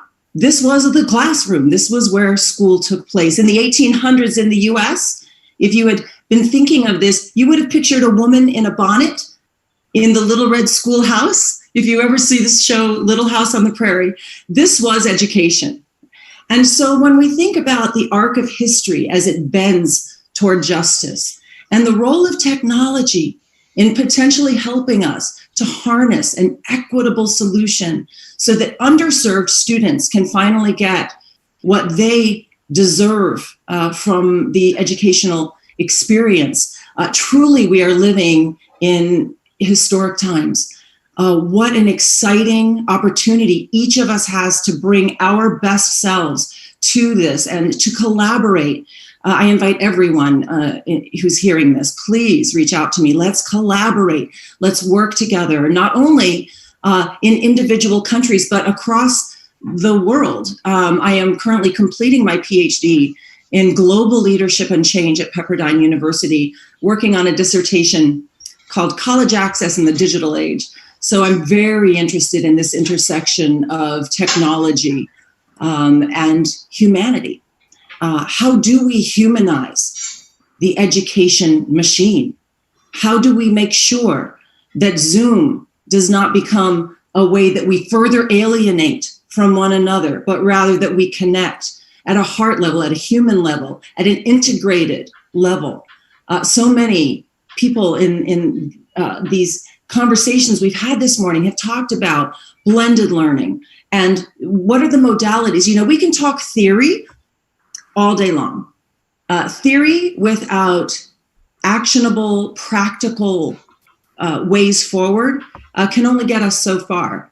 I'm doing a lot of research these days, as you can imagine. Research is fascinating, but if we can't take research and sort, sift, and separate it and come out with solutions that help us to actually move the needle, it just is so much white noise. So I'm so excited to think about a quote that I wanted to share with you as we just sort of wind our time down today. I'm sure almost everyone on this call knows the incredible work of an educator who recently passed away, Sir Ken Robinson. What a thinker! What a thinker this man was, as he described the history of education. And what he said is so relevant, and it really goes to the heart of the message I wanted to share with you today. I'm going to quote him in his TED Talk, where he talked about the factory model of modern education that came up during the Industrial Revolution, that actually basically since the 1970s, the industrial world has taken what was once a very human thing, as Plutarch said, education being not the filling of a bucket, but the lighting of a fire. How do we light a fire on Zoom, you guys? How do we do that? So this quote goes like this. He said, "We have to go from what is essentially an industrial model of education, a manufacturing model, which is based on linearity and conformity and batching people. We have to move to a model that is based more on principles of agriculture." Let's think about that. He said, we have to recognize that human flourishing is not a mechanical process. It is an organic process, and you cannot predict the outcome of human development. All you can do, I love this quote from him. He says, all you can do like a farmer is to create the conditions under which they will begin to flourish. Now, wow, right? But in a COVID world and a post-COVID world, the challenge here is how do we bring organic human flourishing through a Zoom screen? And the good news is blended learning is how we do that. I'm going to share very specific experiences from the company that I have founded, not because I need to tell my story, but because I need to tell the story that I think each of us has a piece of the puzzle. And I have figured out, I'm going to share with you some mistakes that I've made. I decided to just briefly share. I've got 3 mistakes that I've made as I have looked to leverage synchronous and asynchronous and online, and how do we do this? And I've found 3 things that don't work. And I really, my prayer is that this will be helpful and that it will help you in your esteemed work to think about how to reach students most effectively. After all, as we know, this is not just about IQ. This is about EQ, the emotional quotient of human beings coming together in knowledge, not just information and intellect and GPAs. Some of the earlier speakers spoke to that very beautifully. And as a mother of 3, I so salute that idea. We must remember these are not numbers and charts and data points. These are human beings. These are our children. We have a sacred responsibility to get this right. So I'm going to offer not just theory here, but the practice of my real world experience. So as founder and CEO, and I invite you to take a look at openthegate.us, open the GATE and .us. That's our URL.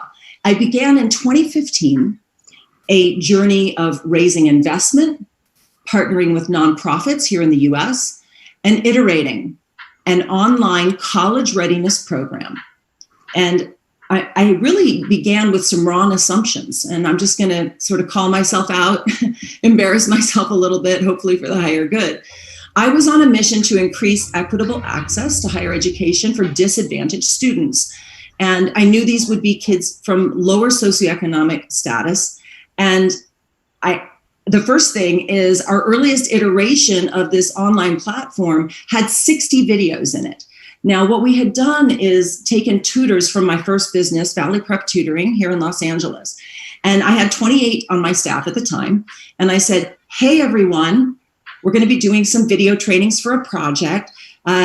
Please let us know if you would like to participate and be an on-camera teacher. And out of all 28 of those, 7 tutors agreed. I didn't think twice. I said, okay, come on down. We're going to go on the set. I invested over $10,000 in the video shoot. And when we were done and we brought it out and we began sharing it with students in Title I schools, the question came back again and again, hey, why are all the faces white?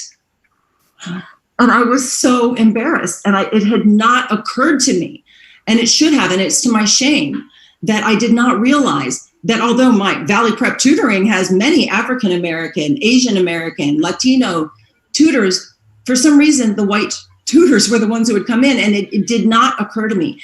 Let's not make that mistake. We must let students see themselves reflected. If we're going to have asynchronous content, students must see themselves reflected in the faces giving them information. That was my first mistake. Second mistake, as I began, doing more fundraising, eventually raising over $1.4 million on this project, I began to think about why this company was called Gate College System. Because what we heard back again and again is for lower socioeconomic students, they don't assume that they can go to college at all. I grew up in a family where my parents did not have college degrees. Dr. Epanopoulos and I have shared that, coming from humble background can sometimes make it even harder to aspire because you don't have it in your home to see that this is what is expected of you at all. I wasn't expected to go to Columbia University. I was expected to marry somebody. I don't know what they thought I was going to do, but certainly didn't expect me to get a PhD. So it's been a very interesting journey. The ability to make sure that these college-bound conversations don't sound elitist. We can't say to students, oh, and you're bad if you don't do that. Oh, community college isn't good. Trade school. We must read. So the second thing that we did is we iterated to include trade school pathways, career pathways, community college pathways, helping students to understand that they are in the driver's seat of their life and they can make a choice. And, really the final mistake that I made, and I'm really, really thrilled that my staff has finished just this year iterating, the blended learning piece of the puzzle, the final piece that has fallen into place is that we have created infographic, 2-page infographics, colorful, laid out, very easy for an educator to understand, or even a parent. So here's what we've done, and I hope that this might inspire some others. Our training guides accompany the student platform, so that if a counselor or a teacher or a parent is on, a Zoom call, or sitting next to, if they're in the home with their parent, using the GATE platform that the student is using, that adult, any adult, has exactly what they need for ways of helping the student understand that content. They know what the little mini assessments are, what are going to be the questions they're going to be asked. They know all kinds of additional resources and vocabulary that the lesson's going to contain, so that they come in as an expert, because our staff has already created that for them. We have pre-digested for them. And of course, the creativity of the educator can then take it from there. So I believe that this is the final frontier as we move forward in this endeavor that we are all in, this digital age of education.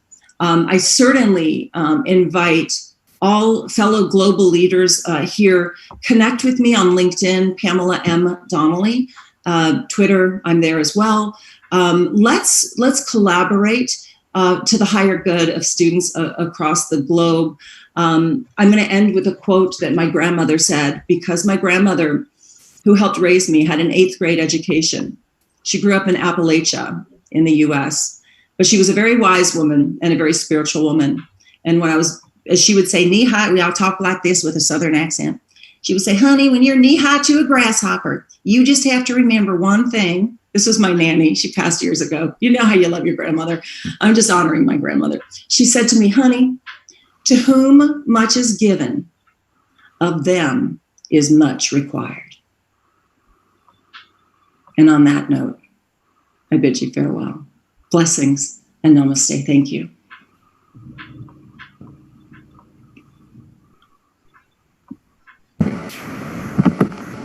Thank you, Mrs. Donnelly. That was an excellent speech, and I really appreciate the work that you have done to develop a student platform that helps with college preparation, and most importantly of all this, you're using technology in the right ways. And you brought up some very good points, because technology has given access to an unlimited supply of information. And all of a sudden, people are like starting to use technology for absolutely everything in the world. Technology is the #1 priority of everyone in their daily lives. But on top of that, all of a sudden in this COVID world, it is really limiting us from coming together to share our experiences and collaborate on our projects. And all of a sudden it's alienating humans from each other. And as you mentioned, in the 1800s, during the Industrial Revolution, people have always viewed technology as the progressor of human civilization, the future, and what it will bring to us until now. Because now people are starting to second guess things and value organic human life as it is, and value physical experiences. People are starting to take in things differently and say, what is happening and what is really going on? Is technology really helping us anymore? Because maybe we should go out physically, but on top of that, you have the COVID pandemic. So we're caught in a stalemate, a situation where we don't know where to go. And technology is the main cause of that. So I appreciate your efforts to try to use technology in the right ways, because it can be used in the right way to bring an end to this. And Zoom may be the way to bring us experiences, but at the same time, maybe we can reach for better efforts to teach students. Other than that, I really liked your points, and that was an excellent speech. And good luck with your platform in the future. Thank you. Thank you. Thank you, Keshav. Thank you, Pamela, for a wonderful message and sharing your story. I think that will inspire many more people. I think you started without even knowing that COVID will hit us, but your platform definitely will make a difference. And don't give up. And I will be with you on their journey. Thank you so much. So now we have missed two MCs. They wanted to make their remarks. One is Trisha if you are on the line still, please come on, get ready to make your remarks. And also, Shravanti, if you missed, please come online and make your remarks before I close the session with my thank you notes. Are you on, Trisha and Shravanti?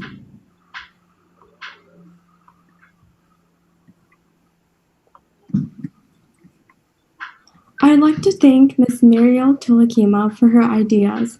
Her points about making sure parents also have a role in the child's education, motivating students to follow their passion, and changing the way schools communicate between students, parents, and teachers are some of the problems that have really struck me, since focusing on problems outside of the classroom is just as important as focusing on problems inside the classroom. Another idea we can implement is having group discussions, activities, and projects. This can help students master their subjects more efficiently, where students become active learners rather than passive learners. Thank you. Thank you, Shravanti. Is Trisha still on? No, Trisha has some challenges with other things. Thank you so much. Thank you. I would like to thank each one of the speakers, the MCs, the media partners, especially the TV5, Mana TV, and rest of the media partners for broadcasting this live. And the speakers were selectively picked from different parts of the world, and we have representation for the 3 different stakeholders. We have the parents and we have the students, and on the Teachers' Day, we have invited many of the teachers. I would like to convey my regards and best wishes on this auspicious day, the Teachers' Day. My respects to all the teachers who joined us today. Again, the COVID-19 has restricted the students' mobility from attending the classes on campus due to health concerns, which increase the demand for online education.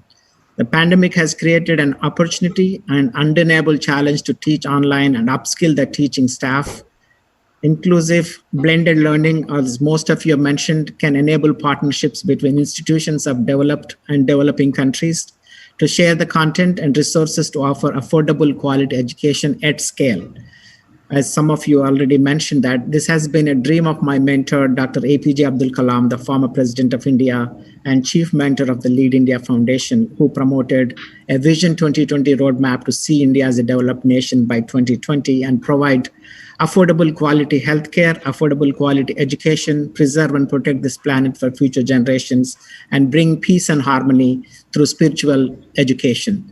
So this has been the theme of our Lead India Foundation mission, and I would like to thank sincerely all of you for joining. So again, the education instruction is restricted to a completely virtual environment because of the heavy reliance on virtual platforms like Zoom.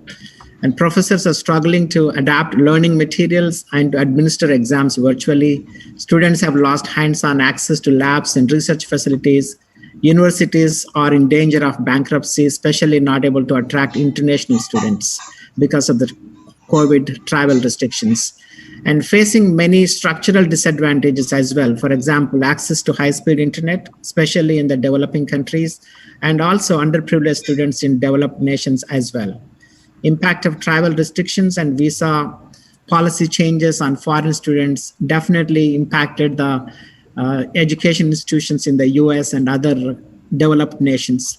Hands-on learning has been jeopardized by remote learning, engineering and medicine in particular. Financial implications on universities that are struggling to justify high tuition costs. They all have to rethink how they want to impart the education now. Highlighting importance of technology proficiency in an increasing digitized world, increase in access to affordable and high quality education through online learning, opportunity for cross-cultural learning and resource sharing between universities around the world, opportunity for partnerships among developed and developing country institutions, using online learning tools to upskill and reskill low-skilled workers to prepare for Industry 4.0 demand.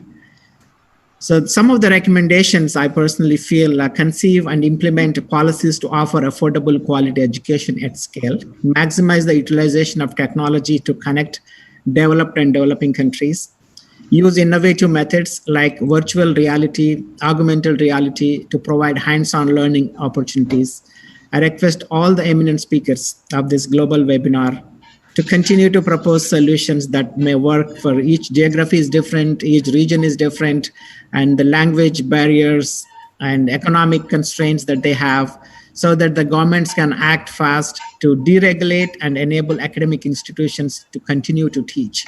So this is, and in that direction, the government of India, I would like to commend them for coming up with this new education policy, very timely to adapt. But the role of teachers and parents and students is very important in implementing this complex model that they came up with. Active participation from these three stakeholders is very important. As my mentor mentioned, genetically, we are all human beings, very identical. And if Dr. Kalam, who was born in a small fisherman village called Rameshwaram in South India, was able to become an aeronautical engineer, a rocket scientist, a missile scientist, and ultimately became the president of India. So each one of you have the unique opportunity. You are unique in itself, and you have ability to succeed. Your potential is unlimited. Only thing is you need to dream big and aim high in life, acquire knowledge through your teachers, work hard towards achieving your dreams, even in the times of difficulty like COVID, and then finally learn to manage failures and success in life, as some of you already mentioned. So there may be some challenges here, but think to convert this adversity into an opportunity. And you are born on this planet as a human being for a purpose. You are born with two hands so that you can serve. Only in this life that you can make a difference while you are on this planet. Friends, the challenge is you have to fight hardest battle, which any human being can ever imagine to fight, and never stop fighting until you achieve your dream in life and arrive at your destination place. And that is unique you. And in spite of all these restrictions, but there are so many opportunities, especially in the digital world. The artificial intelligence is one of them, blockchain technology, genetic testing, 5G technology will open up a world of opportunities for you. Augmented and virtual reality, cyber security, autonomous and electric vehicles, smart cities. These are some of the industry 4.0 technologies that you could start learning.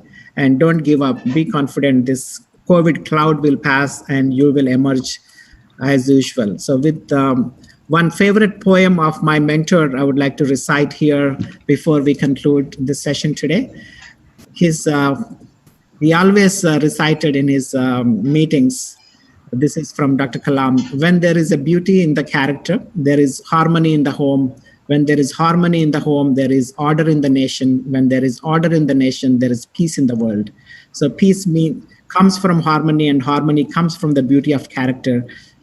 I would like you to develop that beauty of the character, and your teachers will definitely contribute to that in molding you as a character that you want to be. And this is an opportunity of a lifetime for you to showcase your talent and become successful in the field that you are interested, not what your parents want, but pursue the passion that you are interested in. I would like to again thank each one of you for joining this session today and making a significant number of recommendations that many of these governments already listening to us, probably they will adapt some of these things to implement to provide affordable quality education at scale.